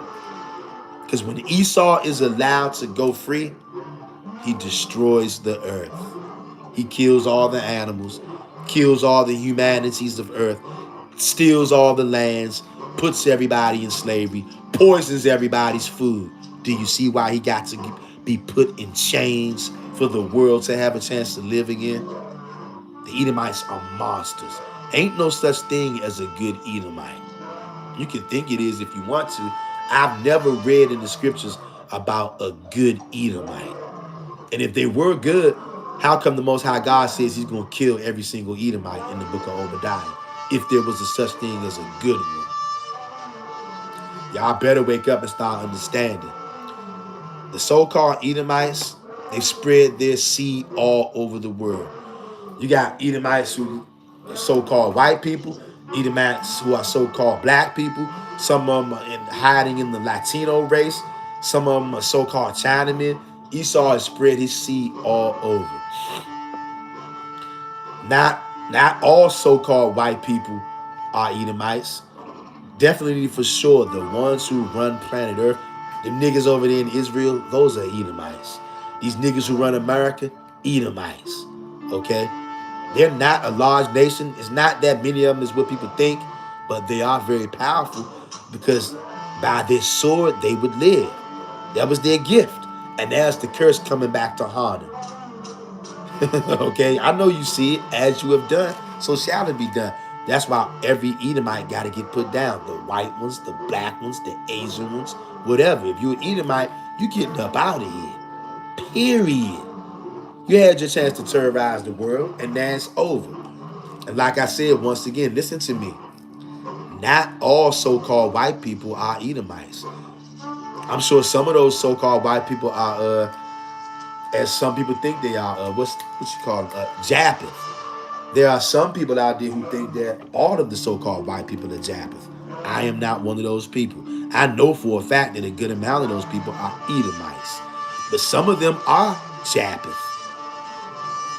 You know what I'm saying? Not all white people are Edomites. Just like not all black people are Israelites. We got Edomites who hide out in the black community. Some niggas look like me. Some of them look blacker than me. But those are full-fledged Edomites. They're going to get put to death. It's about the seed. You see what I'm saying? It's about the seed. And the Edomites got a certain spirit on them. If you know what you're looking for, it won't be hard to find them when you come across them. They got a spirit on them that is unmistakable, diabolically wicked. Okay? Again, Genesis 27 and 40. By your sword you shall live and serve your brother. But the time shall come when you will grow restive and break loose, and you shall tear his yoke from off your neck. You know what? I like to call that the Renaissance era. The Renaissance era is about the Edomites trying to reshape history. Okay? And the Renaissance is like starting over. They're whitewashing everything. And that's what they did. They did it with the scriptures, they did it with history, and they did it at the edge of a sword. By thy sword will thou live. Esau is a savage animal. And he only is concerned with bloodshed. Now let's read that same Genesis 27 in the Yahweh Bible. Not gonna keep y'all too much more, I promise, man. Genesis 27 and 40. And it reads, by your sword you shall live, and you shall serve your brother. But when you grow restless, you will throw his yoke from off your neck. Okay? That's how I reason this. Now, let's get Obadiah real quick. I'm gonna give y'all two more scriptures, y'all, then I'm gonna let you wonderful Hebrew Israelites get up out of here. Alright? The book of Obadiah, chapter 1, verse 15. And this is why I'm gonna laugh at the destruction. Listen to this.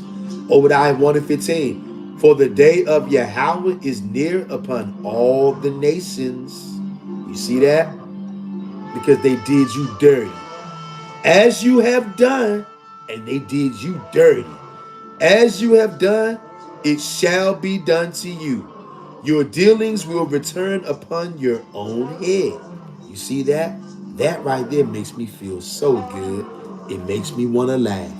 And when I see the destruction come upon all the other nations, not only am I going to praise the Most High, that's the first thing I'm going to do is praise the Most High. And then I'm going to start laughing because it's very funny to me. When I see the other nations go into famine and they starve, I'm going to laugh because it's funny to me because you did it to us. You starved us out. Y'all don't even know the stuff that all these other nations did to us because many of you are too weak. You're too kind and you're too loving when it comes to the other people. You don't want nothing to happen to them. I'm not like that. I'm not like that at all. I want this to happen because this is righteous and I want this to happen. Again, Obadiah 1 and 15. For the day of Yahweh is near upon all the nations. Iran, America, Israel. For the day of Yahweh is near upon all the nations. As you have done, it shall be done to you. Your dealings will return upon your own head. Every last one of those groups that I just named, they put you in slavery. So you know what that means? They going into slavery. Period. And I don't give a damn who likes this. If you don't like it, good. That's tough. Not for me, tough for you, because I could care less.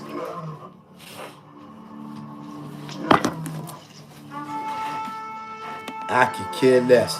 You don't get to terrorize my brothers and sisters and then just ride off into the damn sunset.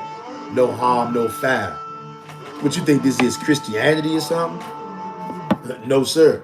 We don't get down like that over here. Oh, no, brother. How could you laugh at that? People are being blown to smithereens. I'm laughing at it because Job 5 and 22 said that we will. That's why I'm doing it.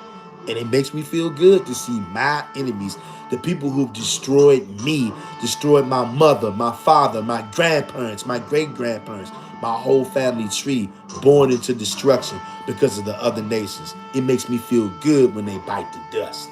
You can feel sorry for them if you want. You can call me hateful all you want. Do I look like I care what you think? You don't know nothing. You got a Christian demeanor. Do you think I care what you think? Oh, he's being hateful. Am I? Or am I being biblical?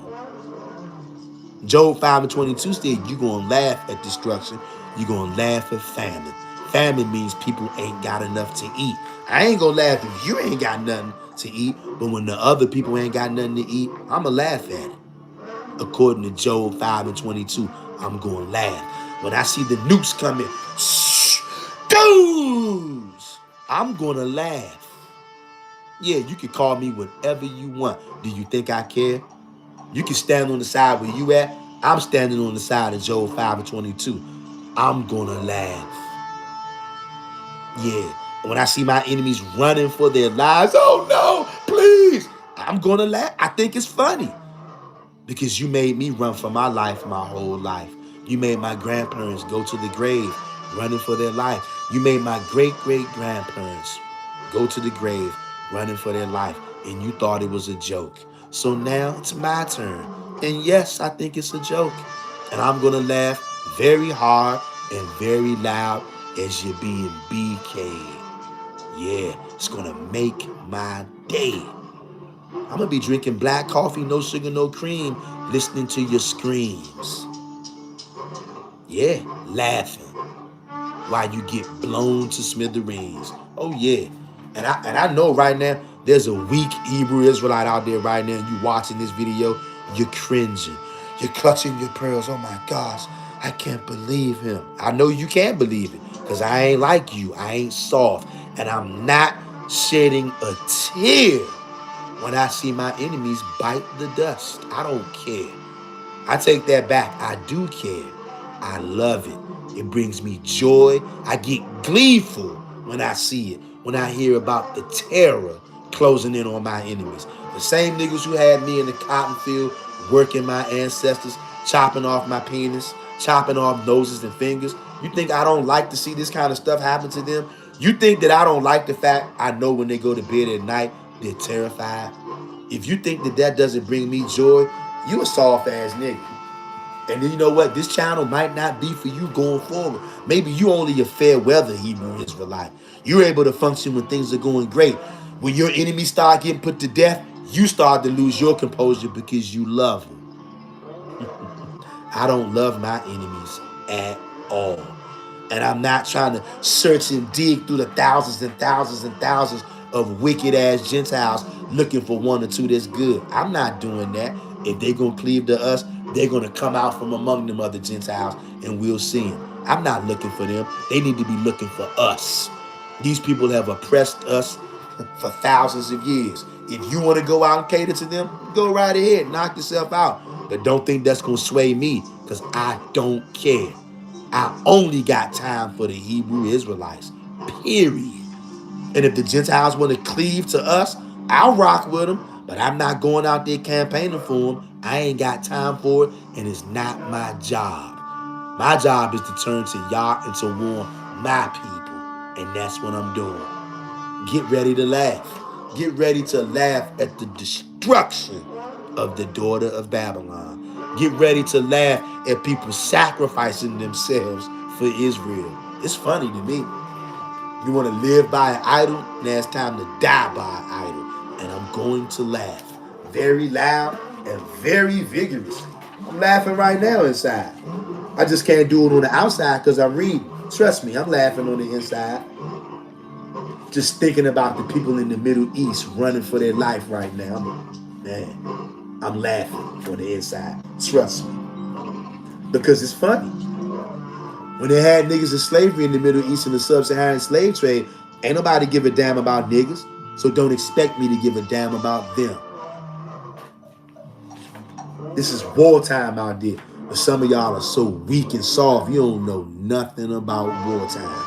So just go sit on the sideline. We ain't gonna knock you, but you better keep your mouth shut. If you ain't got nothing to say concerning wartime, just keep your mouth shut. And let the real ones step up who know what time it is. This is wartime.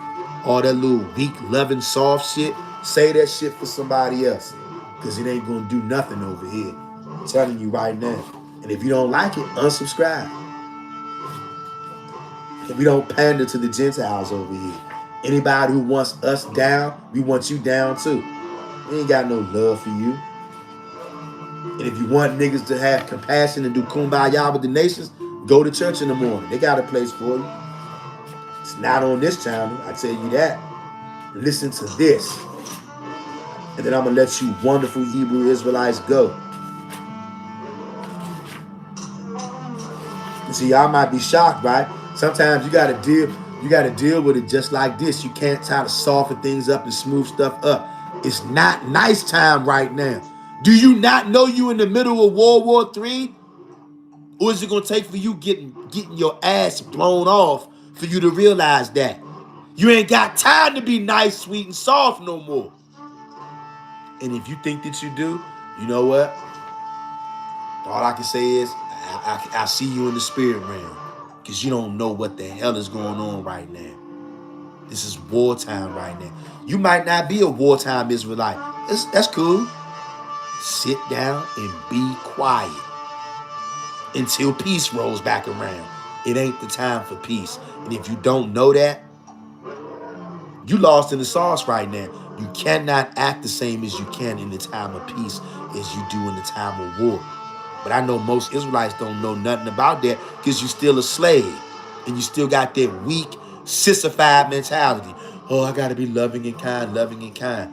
Well, why don't you just go to church in the morning then? No, brother. All the nations are not like that. Please, brother.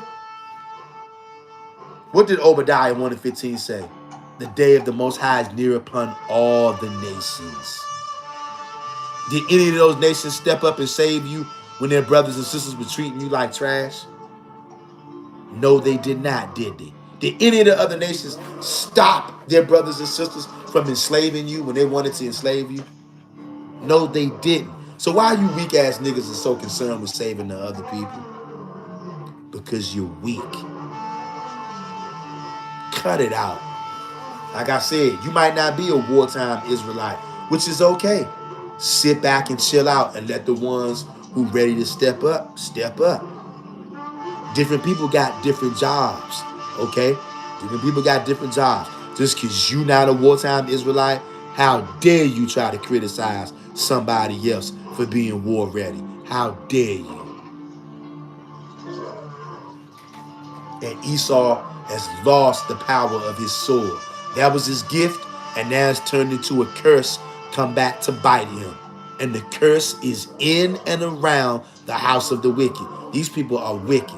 The Americans are wicked. The Iranians are wicked.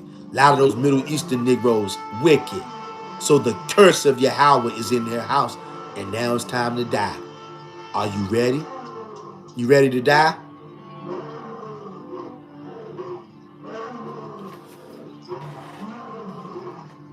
Hit the like button if you have not hit the like button already.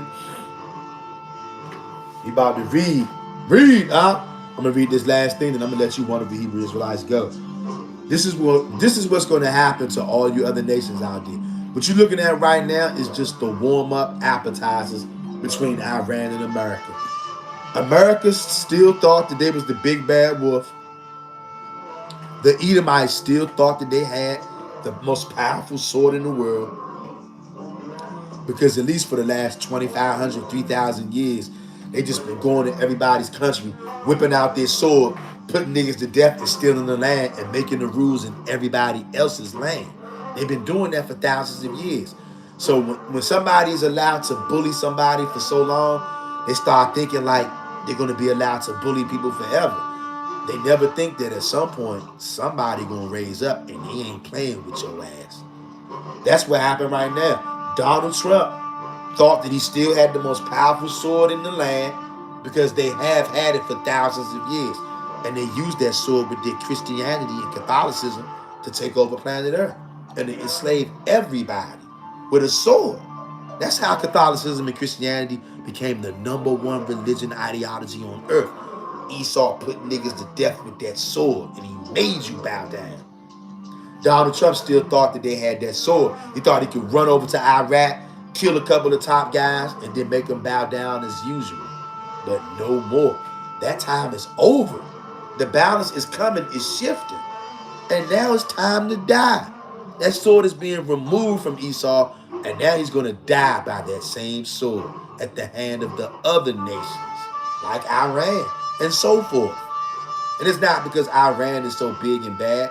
When the Most High God says your time is up, your time is up. And he'll use whatever nation he wants to snuff you out. Right? Listen to this. Then I'm going to let y'all go. And after I finish reading this last chapter, I'm going to read y'all comments. Listen to this, y'all. This is what's going to happen at the end of the road. When King David comes back to this earth and the Most High raises up King David. This is what's going to happen at the end of the game. Coming out of the books that they told you not to read again. Okay? The book of 2nd Baruch, chapter 72. Hit the like button, Hebrew. Listen to this. Now also, here regarding the bright lightning, which is to come at the consummation after these black waters. This is the word. After the signs have come of which you were told before, when the nations become turbulent. Hey fam, do y'all hear this? If y'all hear this right now, I need you to hit the like button. I need you to hit the subscribe button and share this video somewhere. Listen, y'all. 2nd Baruch chapter 72. Now also here regarding the bright lightning which is to come at the consummation after these black waters, this is the word. After the signs have come of which you were told before, when the nations become turbulent and the time of my Messiah is come. And this is talking about King David. He will both summon all the nations. You see that? When his Messiah come, talking about King David. At the time of my Messiah is come, he will both summon all the nations, and some of them he will spare, and some of them he will slay. You know what it means to slay? He's going to put you to death. And this is not Christ, not Yeshua, not Yehoshua. This is the real Messiah, King David, that is constantly prophesied in the Old Testament. Maybe soon we'll have to come out and do another live stream on that. King David, the prophesied Messiah of the Old Testament. Look out for that live stream coming soon. When the nations become turbulent, are the nations not turbulent right now? Letting you know when the Most High sends his Messiah, it's going to be at a time where the nations of earth are deeply entrenched in war. See, y'all got to understand that, beloved. After the signs have come of which you were told before, when the nations become turbulent and the time of my Messiah is come, he will both summon all the nations, and some of them he will spare, and some of them he will slay. What a glorious day this is going to be when the King David summons all of the nations. King David is going to call a mandatory summoning of every single race and nation on earth, and they are going to attend. It's not a request, it's a command. King David is going to order and command every race and nation to come before him. He will both summon all the nations, and some of them he will spare, and some of them he will slay. That's the part that makes me feel good right there. King David's going to kill some of you. Whatever ones Yah tells him to kill, he's going to kill you. Therefore, these things will come on the nations which are to be spared by him. Every nation which does not know Israel and has not trodden down the seed of Jacob, meaning the sperm of Jacob, because that's what it's about, sperm. We don't care what you look like. If the sperm that created you came from Jacob, you don't give a damn what you look like. We care about the sperm. Yah cares about the sperm of Jacob, the seed of Jacob. Some of them he will slay.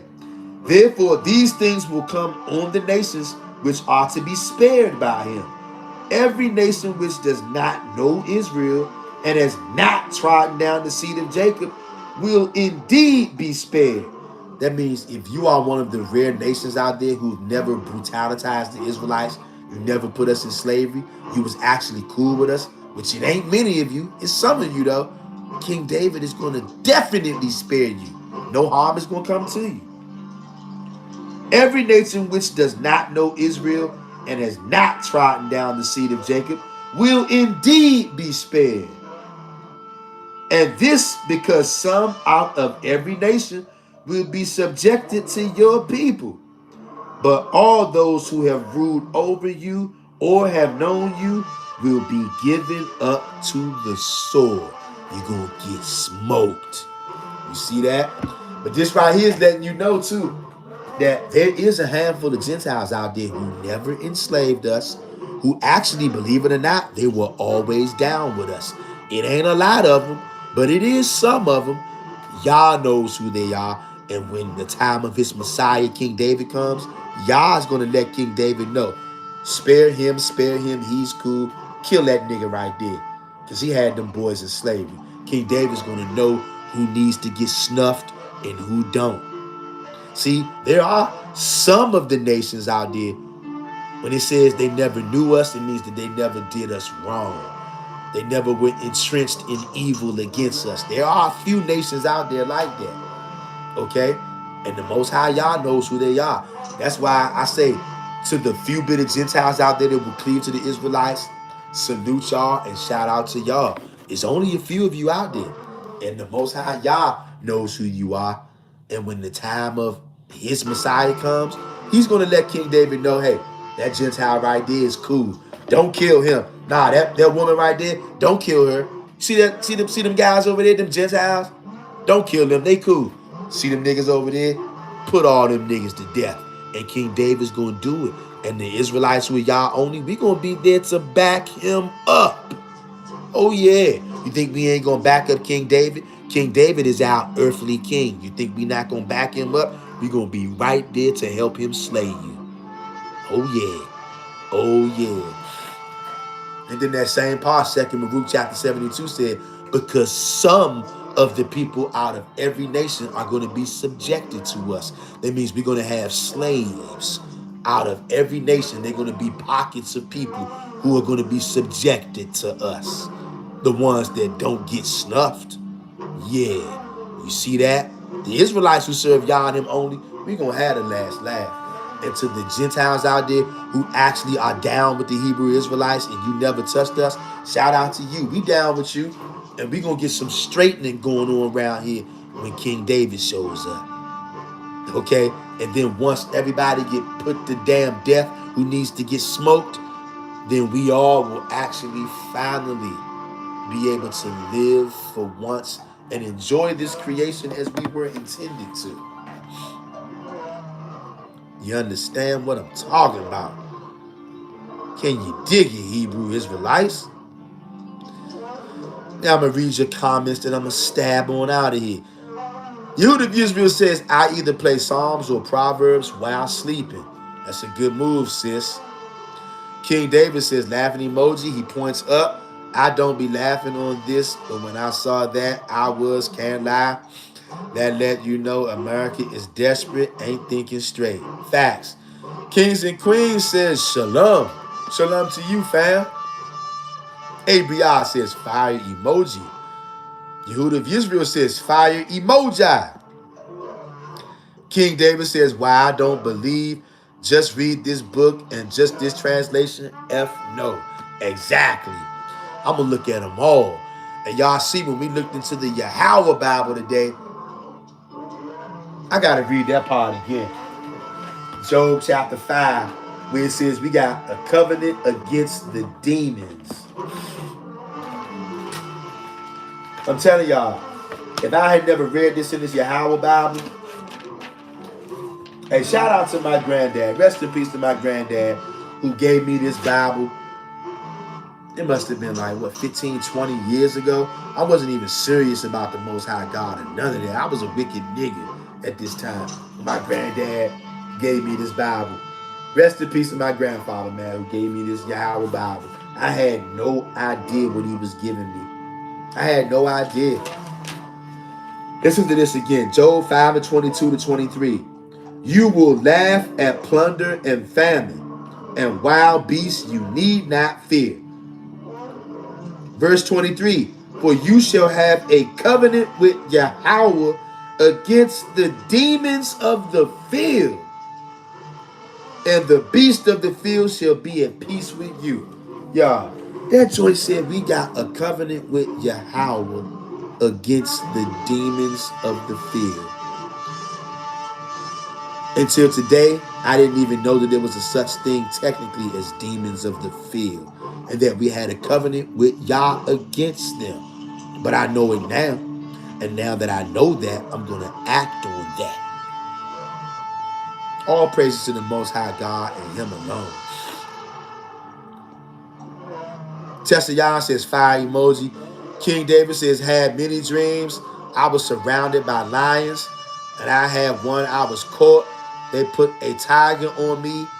Felt so real. My heart was racing, but nothing happened. Couldn't believe I felt pressure in a dream. Uh-huh. That's crazy, King David. And you know what? You know what's crazy?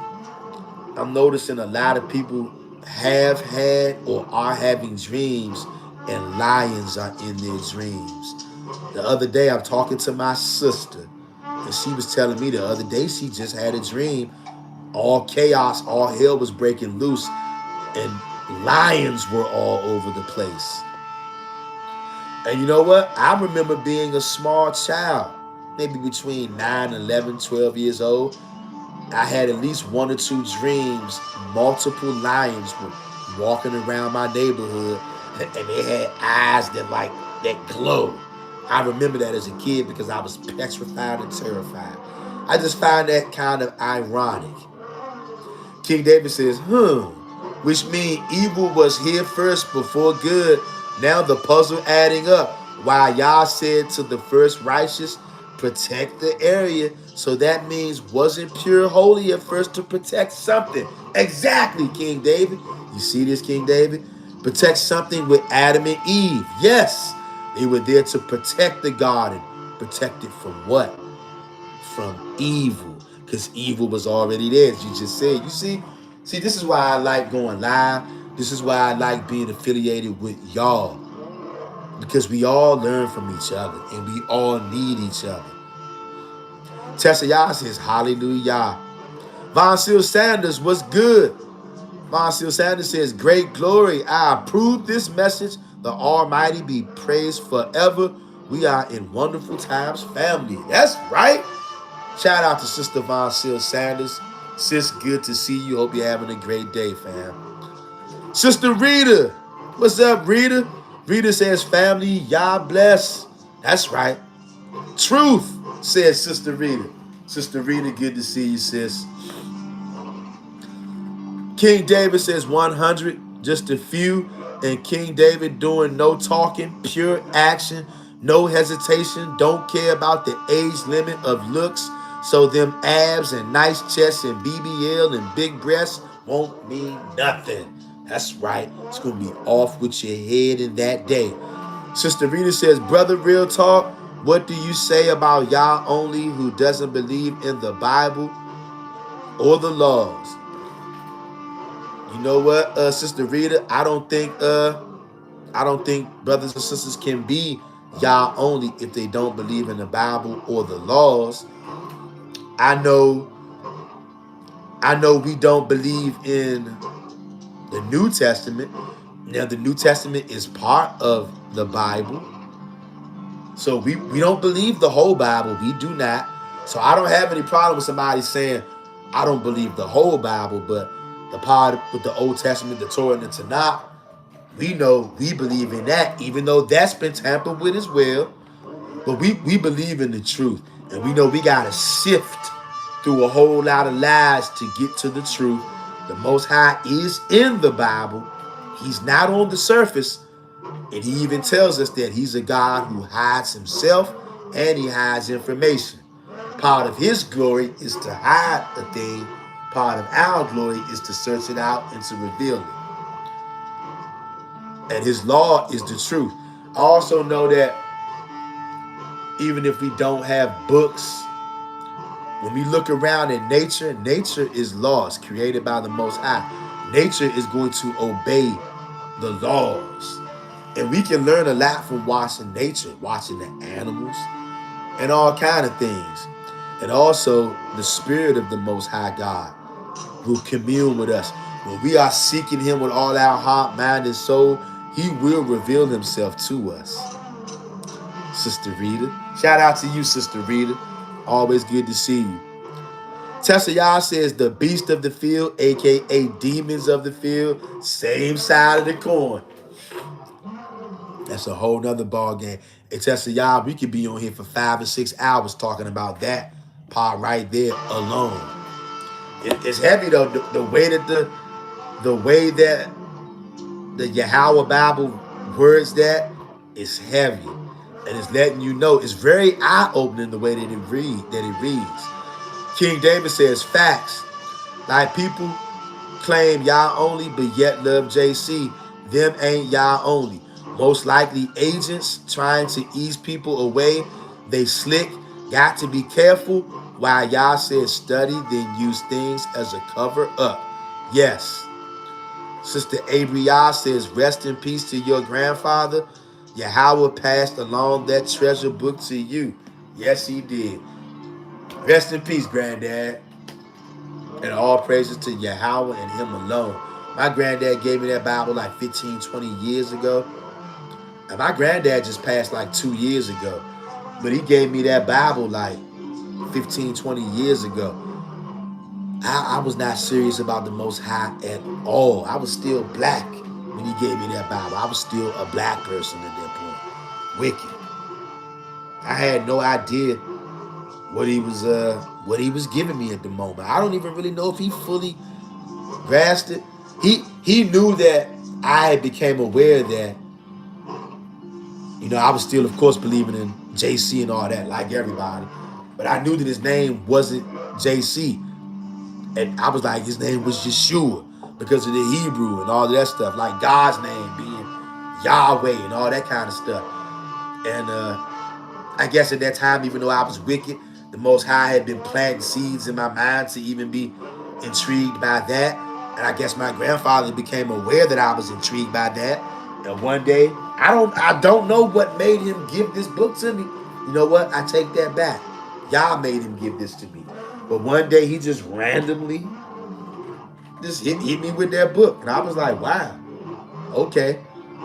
And that book has been collecting dust for a very long time until about 2.5 years ago. Until, matter of fact, I was on this channel one day going live, and I kept telling y'all that I had this Bible called the Yahweh Bible. And one day Melissa Yisrael pressed me out because I kept on telling y'all, hey, one day we're going to read from it. One day we're going to read from it. And one day on the live, she was like, hey, yo, can you go bring that joint out like right now? Let's read from that joint today. And ever since that day, this book has been making several appearances on this channel, which it will continue to do, Most High willing. Shout out to my grandfather, man. Sister Rita says, any thoughts on delineation? I know there's a separation between FBA and other so-called blacks. But you know what, Rita? Here's my thought on that. My thought on delineation and FBA and other so-called blacks. Here's the thing. These are my personal thoughts. The land that we are in over here in the United States of America, this is the ancient world. This is the old world. Most of all that stuff you read about, those Old Testament stories, that stuff happened right here in what you would call the United States of America. The majority of it happened right here. But because the Edomites run planet Earth, they lie about everything. The slave stories told in reverse, like everything is upside down. They took a lot of slaves from right here in America and they took us to Africa, took us to Europe, took us to Spain. They didn't take all the slaves, from people from Africa and spread them around the world. They took niggas from right here in the 50 states in America and they spread you all over the world, including Africa, into slavery. A lot of people don't like that, but it's the truth, okay? And they killed a lot of our people, and the ones they didn't kill, they shipped us all out worldwide. And that's why they call us a minority here in America, because they murdered a lot of us and then shipped us out. The people who are foundational black Americans, believe it or not, still living in America, living in the old world. And so we are the people of the Old Testament right here. A lot of the Israelites are right here in America. The ones that still alive, black Americans. And that's why so-called black Americans get more hate than a lot of the other blacks across the world. Even though a lot of other black groups all over the world, they're Israelites too. But the ones here in America, because this is actually the real old world, and the ones here, we the original ones. I know a lot of people don't like that, but it's the truth. And that's why black people are hated all over planet Earth. But black Americans are more hated than all other blacks. Why do you think that is, beloved? Anybody ever asked yourself that? We know black people are hated in every country, in every city in the world. But why are black Americans hated more than everybody else? Because a lot of people in America that are black, they're the Israelites. And that's why people hate us more than anybody else. We the ones that's been scattered into all nations. Black Americans took you to Africa, took you to Spain, took you to Europe, took you to Rome, took you to Afghanistan, took you to Egypt. And they got you from right here. They lied to you. And you notice it's only up until recent times, a lot of these other black groups, black Gentiles, they had no problem separating themselves from black Americans. Most of them had no problem separating themselves from us because they know that they're not like us. But when we finally say, okay, because for hundreds of years, black Americans have been dying to be a part of these other black groups, have they not?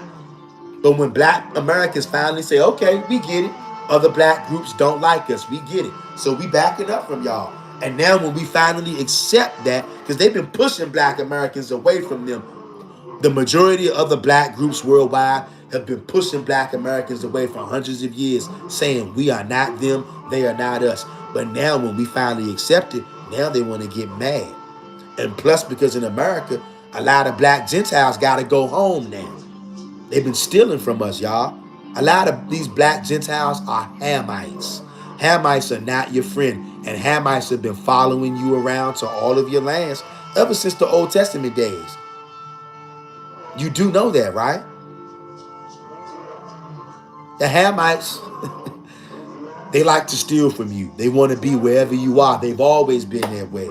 And they like to stir up trouble with you. They're not your friends. A lot of the black Gentiles are Hamites. And that's why they don't like black Americans. Even though there's no such thing as a black American, a lot of these people that you would call black Americans, we got all 12 tribes right here in America. That Old Testament scripture that tells you Judah and Israel shall be oppressed together. The northern kingdom and the southern kingdom right here in America being oppressed together, calling yourselves black Americans. That's why other black groups don't like us, because they know that they are not us. And a lot of those niggas gotta leave our land. America is my land. I've been right here since the days of the Old Testament. And ever since the 60s, when my people, black Americans, fought for civil rights, we didn't fight for rights for niggas all over the world. We fought for the white man to leave us the hell alone in our own damn country. And then the white man brought all these foreigners, black Gentiles and Hamites, all over to our land to give them the things that belong to you and me. And now, a lot of these black foreigners, heathens, Gentiles, they got to go home. And now they're really mad at black Americans because they know black Americans cannot get deported. You know why? Because this is my land. Donald Trump knows I'm not African. Africans know we ain't African. Black Gentiles, a lot of them know they ain't African. They know me and you ain't African. And that's why we get all the hate. I got no problem with delineation. I love FBA, Foundational Black Americans, because that's what I am. I've been right here for thousands of years. And if you ain't a Foundational Black American, you're probably a Hamite. And if you ain't a Hamite, then that means you are one of the Israelites who probably got stolen from America and they shipped you to Africa a long ass time ago. I love you. If they shipped you over to the UK, shipped you over to England, Jamaica, Mexico, I love the Israelites who are scattered into all nations. I ain't talking about y'all, because y'all are so-called black too. Now, to those of y'all who came over here, I got nothing but love for y'all. But y'all ain't the only black people who came over here. You had a lot of black Gentiles following you coming over here. To those people, I don't care about them. They ain't my brother. And I'm full delineation mode. FBA American right here. And there is a difference between me and a black Gentile. Yeah. And we standing on that. That's why they don't like us. You notice they never had a problem with delineation before. All those other black groups will always say, I'm not black. No, those black people, no. They separate themselves from us for years. It's only in the last 2 to 3 years when black Americans say, okay, we ain't separating, we ain't dealing with y'all neither. Y'all don't want to deal with us? Fine. You stay over there, we'll stay over here. And now that you got to leave my land, that's what's causing all the commotion. Long as they've been able to suck your blood and suck your resources from America, Black Gentiles have been okay. But now that they gotta go home to their land, which is not America, that's why you a foreigner. I'm not a foreigner. I'm not an immigrant. This land belongs to me. It don't belong to the so-called white man. America belongs to me. That's why I cannot be deported. And that's why a lot of you black Gentiles, you're pissed. You think I don't know that? I just don't waste my time speaking about it because they're insignificant. You a ham bone. You ham bones, you're insignificant. Time to go home. You should have never been living around me and my brothers and sisters, and I don't care about your feelings.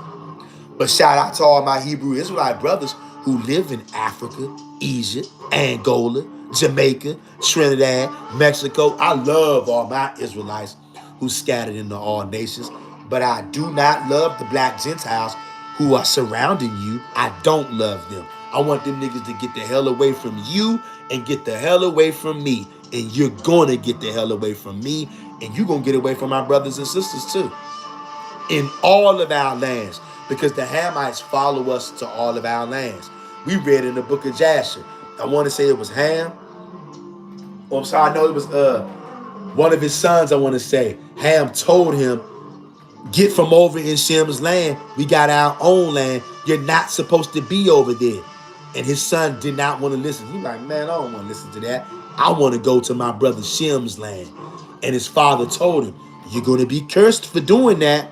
God gave you your own land, ham bones. Go to your own land. But no, you want to be near me and my brothers and sisters. And now that things are changing for all non-Israelites, you got to go home. So the black Gentiles don't like that. I said that months ago. A lot of these niggas that are around us, just because they black, giving them a pass, they are not Israelites. They're ham bones. They ain't our friends. And that's where all the tribulation is from. Ham bones, get the hell away from us. And you gonna get smoked too. Because you ham bones are in league with the Edomites. You gonna get smoked too. All you black Gentiles out there. Look, I told all my brothers in Haiti, Jamaica, Mexico, Trinidad, Venezuela. I know we got brothers and sisters in all those places. And shout out to them. But I told all of my brothers and sisters in those places, you got fake niggas hanging around you pretending to be you. I know we got Israelites in Jamaica who think that they Jamaican, calling themselves Jamaican. But you got Hamites in Jamaica too, calling themselves Jamaican, blending in with the real Jamaicans who are Israelites.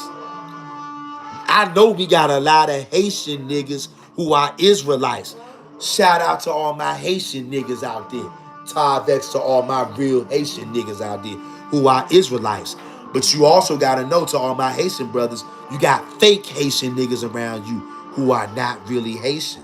Although they look like you and talk like you. Those are African Hamites. And they really hate you.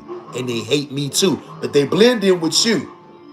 And when I wave my finger at them and I talk down on them, yeah, I talk down on them. But I ain't talking to my real Haitian brothers who are the Israelites, Tarvex to y'all. But I don't give a damn about them tethers that you got living amongst y'all, pretending to be Haitian because they look like you, they talk like you, but they're actually Hamites. To hell with them. And that's who I want to get the fuck off my land. I ain't talking to you real Haitians. Y'all the bros, and I love y'all. Shout out to all my Zoe brothers out there. All my Haitian niggas out there. Shout out to all my niggas out there in Egypt, in Angola, in Kuwait. Shout out to all the Israelites stuck over there in Iran. I know you out there, but you got niggas around you who look like you and talk like you, but they Hamites, and they're clinging on and tethering on to you. Just like we got niggas here in America calling themselves African American, calling themselves Black American. They look like you, they look like me, they talk like you, they talk like me. But they are not African Americans. They're tethers, they're ham bones.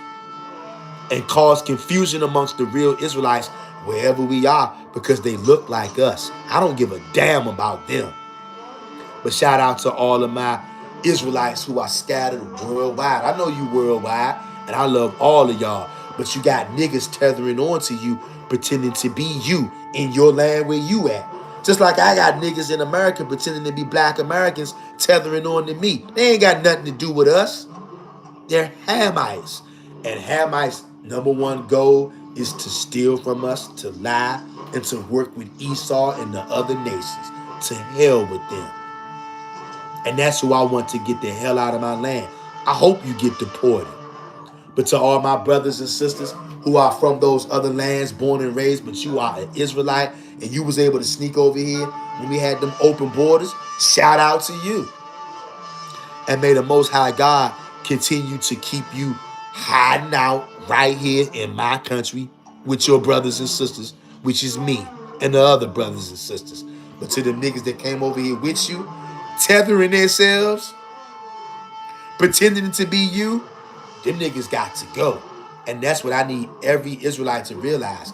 Whether you a black American, whether you a Jamaican, a black Mexican, a black Venezuelan, a black Chinaman, a black Russian, whatever you are, just know that you got a lot of niggas around you who look just like us. But they ain't got nothing to do with us. They are the enemy. And I pray that the Most High God roots them out of us, roots them out of the nation brutally and viciously, so we can laugh at them, send their asses back to their homes, and gather all of us together so we can laugh while they get destroyed. That's what I'm looking for. I love y'all Hebrew Israelites, y'all. I love y'all. Love y'all niggas, man. Let me see. Read these wonderful comments and I'm going to let you wonderful Hebrews go.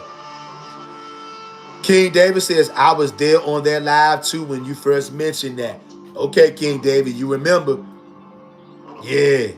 You remember we mentioned that about the Hamites wanting to follow us around to all our lands. And Ham's father told him, get from out of Shem's land. God is going to curse you. He was like, man, I don't want to hear that. I like Shem's land better, so I'm going over there. It's the same thing they doing right now, y'all. It's the same thing. And that's why a lot of these black Gentiles, because they are Hamites, they get mad when we talk down on them because we want you to get away from us. Go home. Just like your father Ham told you, get from out of Shem's land. God is going to curse you for it. And now your curse is here. All nations, your curse is here. So get ready. And we're going to laugh at all of you. Bunch of damn devils. Black devils and white devils. Bunch of damn demons. Tessa Yah says, Yah has been watering the seas. He's been planting y'all, and we are springing up by the waters like willows. Yes, we are, Tessa Yah. Sister Rita says, yes, brother, real talk. That's right. King David says, found your channel when I was looking at America is the land. Then I saw a few videos. I was, and he Yah only two from the other videos. I got 2 gifts. Strength emoji. Hey, that's what's up, King David. I'm telling y'all, man, the Most High God is circling the wagons, y'all. And a lot of this stuff that a lot of us know, most people, they're never going to find this stuff out. Tessa says, America is the true land. Yes. Sister Rita says, the truth is the truth. Yes. Abri Yah says 100. Yes. King David says 100 at Tessa is so obvious to the point it's not even a debate. People won't admit out of pride because our people don't want to be wrong, so they hold that Africa BS. Exactly. Negroes are not going to be wrong. They ain't going for it. Tessa says at King David, exactly 100. Tessa says, Mr. Real Talk, you hit that on the head 100. All praises to the mighty one of Jacob, Tessa, y'all. King David says the animals, the season, the weathers, the things we had to use was original from America, and some is only in America. They gloss over that for their doctrine, got more gold than etc. And King David, at this point, I really don't know how anybody can deny this. It's impossible. Scriptures, King David says, scripture of big cats love swimming in deep waters like Ayo Bort. No lions and etc. trying to swim. They be hauling out that water It's talking about jungle animals from America. And King David, let them know. I don't know how anybody can continue to ignore this stuff anymore. But see, that's the way it is. These people have had such a fix on everything, y'all. They subdued planet Earth with their history and their lives and their religion and their violence and their sword, everything. But it's over now. Tessayah says at King David, exactly. The Tanakh talks about snow, bears, and the 7 streams, but they failed to talk about gorillas and cobras. I was like, this Tanakh didn't happen over there. Y'all see this? King David says, facts, they hate us so much, but always got to be around us. We hold a certain frequency. Yes, cannot make this up, y'all. King David says, big facts, Tessa, and you know them joints 100 out here. Yeah. King David says, I don't claim no nations that eat cow booty and eat mud pies, can't even grow a beard, skull extra long, DNA don't lie, just wants a copy to fit in, bunch of Wookiees. All facts, broski. Sister Rita says, King David, that's how we distinguish who is Israel among them. Yes, they love eating cow booty and cow boo-boo. Boo-boo is a delicatessen with the heathens. And they love eating mud pies. Tessa Yah says, we love you too, and all the Yah only Israelites. Y'all are always in my prayers that Yahweh protects us while he destroyed the wickedness. Yes, same for me, Tessa. King David says 100 as Sister Rita. And family, as always, I have a marvelous time when I get together with you wonderful Hebrew Israelites and we able to go over these things. We in the end times, fellas and ladies. Iran versus America. Iran versus Israel. America was dragged into this ultimately by the Most High because he wants them to get that smoke. But on the surface, Israel dragged our country into this war.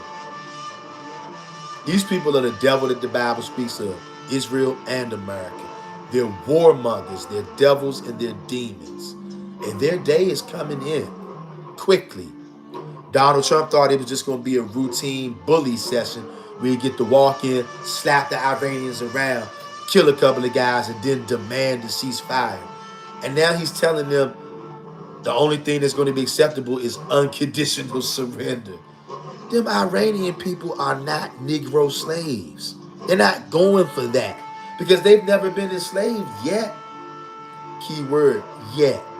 The Iranians have never been in slavery yet, but their day is coming. And since they have never been enslaved yet, and they're not going to be enslaved by the Edomites ever, so they are not going to take kindly to you telling them we're only accepting unconditional surrender. The word was earlier today, Donald Trump said that we're going to step up the bombing significantly today unless they receive unconditional surrender. The Arabs already let it be known. Ain't no surrender. Ain't no peace talks. Nothing. They're getting it in. Donald Trump underestimated the Iranians and he overestimated his power. See, the Edomites still think that they got the power to do whatever they want and to abuse humanity because they've been doing it for the last 3,000 years. And now that that is over, some of them are only going to understand that when their death toll jumps way, way up there. And it's going to go up there. Donald Trump is talking about sending boots on the ground to Iran. I'm telling you, they don't want that smoke. The soldiers in Iran would love to go in the trenches, hand-to-hand combat with American soldiers. They're going to give American soldiers that work if they come over there with boots on the ground. And then that's when the numbers are going to start to go down. That's when they're going to try to bring that draft in. I'm telling you, black man, if they try to draft you, tell them, fuck off and just go to prison. And every day you in prison, pray that the Most High God kills every single one of them and their family. That's how we gonna fight that. Do not go over there and sacrifice your life for Israel. If you got sons and daughters out there, let them know. Just go to jail and do your jail time. And pray that the Most High kills them all. Every day you're in jail behind bars, that's the day you can spend the whole day praying that the Most High snuffs every single one of them and their families. And everything I'm telling you to do, I wouldn't tell y'all to do nothing that I wouldn't do. Put your safety belts on and get ready. It's going to be a long summer. Tessa Y'all says, you are right, Mr. Real. They ain't going for that crap. Hell no. Hell no, they ain't going for that. Shout out to them. King David says, and what they going to do ain't going to try to make it seem like it died down. People going to let their guard down and boom. Don't be able to bite the cheese. This is serious. They stay with tricks. That's right. Even scripture said they can't sleep unless they figure out something evil to do. Yes. So we in that season, beloved ones. I want all of y'all to keep your head up. Keep your head on a swivel. Keep your eyes open. Turn to Yah. Go Yah only. Serve him with all your heart, mind, and soul. Seek him daily and early every day. Stay close to him. Pray to the Most High that he hides us all in that secret place that nobody knows about. Because when it goes all the way up here in America, and it's going to go all the way up, you don't know if the internet's going to go out, the grid's going to go out, martial law, maybe one of the three, maybe all of the three. You know it's going to go up at some point here in America. The pot is boiling right now on the stove. Right now, the Middle East is getting ripped to smithereens right now.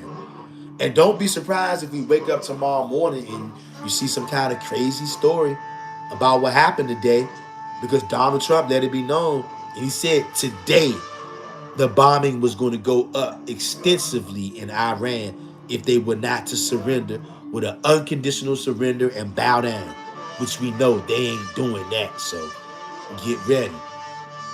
At any given time, you got a lot of Iranian sleeper cells here in America. And it ain't just Iran, it's other Middle Eastern places too. They're here in America already. All it takes is for one of their bosses back home to give their word. And you know what's going to happen when they do. Allah Akbar. Boom. You know what's going to happen. You better stay prayed up. And you better get the hell away from JC, Yeshua, Bahashem, Yahweh, garbage. Serve Yah only or die. It's your only option. Tessa says exactly 100 at King David. Tavex, Hebrews, purity and becoming one. I hope someone was edified by this live stream. I love every single one of y'all out there. Once again, me in the live chat. I'm about to put my email again in case anybody missed it.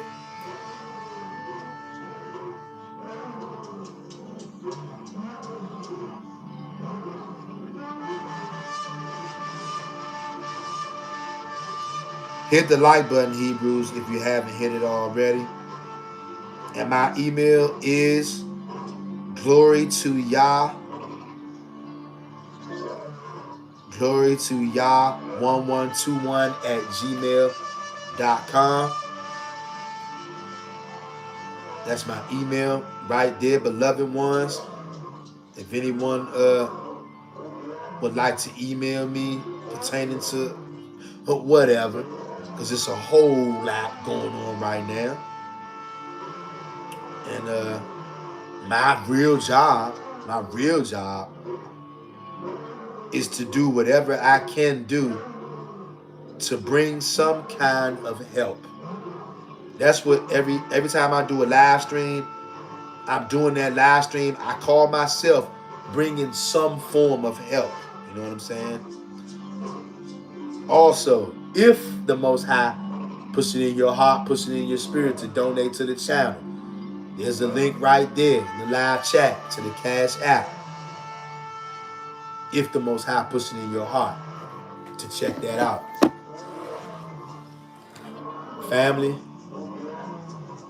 it's do or die. There is no more playtime. No time to be playing games. Abandon all your idols. Get serious with your walk in the Most High God. You do not know when the destruction is going to go full throttle. Nobody knows. But I can tell you this, it's going to be a surprise. You think those people over in Dubai, when that hotel got hit with that missile, you think that they knew that that was coming? Those people were over there in Dubai on vacation. And out of nowhere, drones. You know that can happen in America at any time. When you at work, on your way to work, on your way home from work, somebody could send a missile through here, a bomb through here. Like I said, I will not be surprised if we wake up in the morning and hear about some crazy stuff that's happening right now, today. Stay prayed up. And please, y'all, start doing those Psalm meditations. Please start taking that serious. You need to be under the protection at all times. It could go up at any given minute, y'all. It's going to be at a time when you don't think it's going to happen. And then, out of nowhere, all hell's going to break loose. Maybe a missile, maybe a nuke. You know what they're doing over there in Israel. Iran is getting busy over there. And they're not going to push that narrative in America, right? Because they don't want you to know that the Israelis are getting their asses handed to them. The Iranians got some kind of new joint over there. A drone, when they drop a missile or a drone, and then it sends out sub-drones. And these things don't explode right off the bat. They go and they just sit in the neighborhood. They poison the neighborhood with chemicals and all kind of other stuff. I don't know if y'all have heard about that. Got people in Israel scared to come outside, even if bombs are not going off, because those cluster bombs or cluster drones that they got now, where they come and they just fall off, but nothing happens right away. They just sit in the neighborhood and they release like chemicals and stuff that poison the environment, all kind of stuff. Y'all, we living in some diabolical times right now. And because many people don't have wisdom to discern, they need to hear a big bang or a big boom to know that they're in danger. For some of you, once you hear that big bang, it's going to be too late. You're going to get blown to smithereens. So you got to get on your game now, today. First things first, go Yah only and repent every single day. And stay with Yah and Him alone. Read and study the Torah and Tanakh. Do your best to keep the words that are there. And pray to the Most High God that He hides you in the secret place, and that the animals of the field be at peace with you, and that you be in league with the stones of the field, whatever that means. We're going to come back at a later time, and we're going to look deeper into what that means. Being in league with the stones of the field. I guarantee you, once you look deeper into that, niggas gonna say you doing witchcraft, sorcery, He's talking about stones. He's talking about this, talking about that. Didn't the scripture say you're gonna be in league with the stones of the field? What does that mean? I know a lot of people don't know what that means, and you don't want to know what it means. And when somebody does want to know what it means, to scare them off, you say witchcraft, We don't care nothing about that over here. We're going to go where the Most High God leads us. Period. Tav X, Hebrews. Purity and becoming one. Most High willing. I'll see y'all on the next live stream next week. Salute, fam. Like, comment, share, and subscribe. I'm out.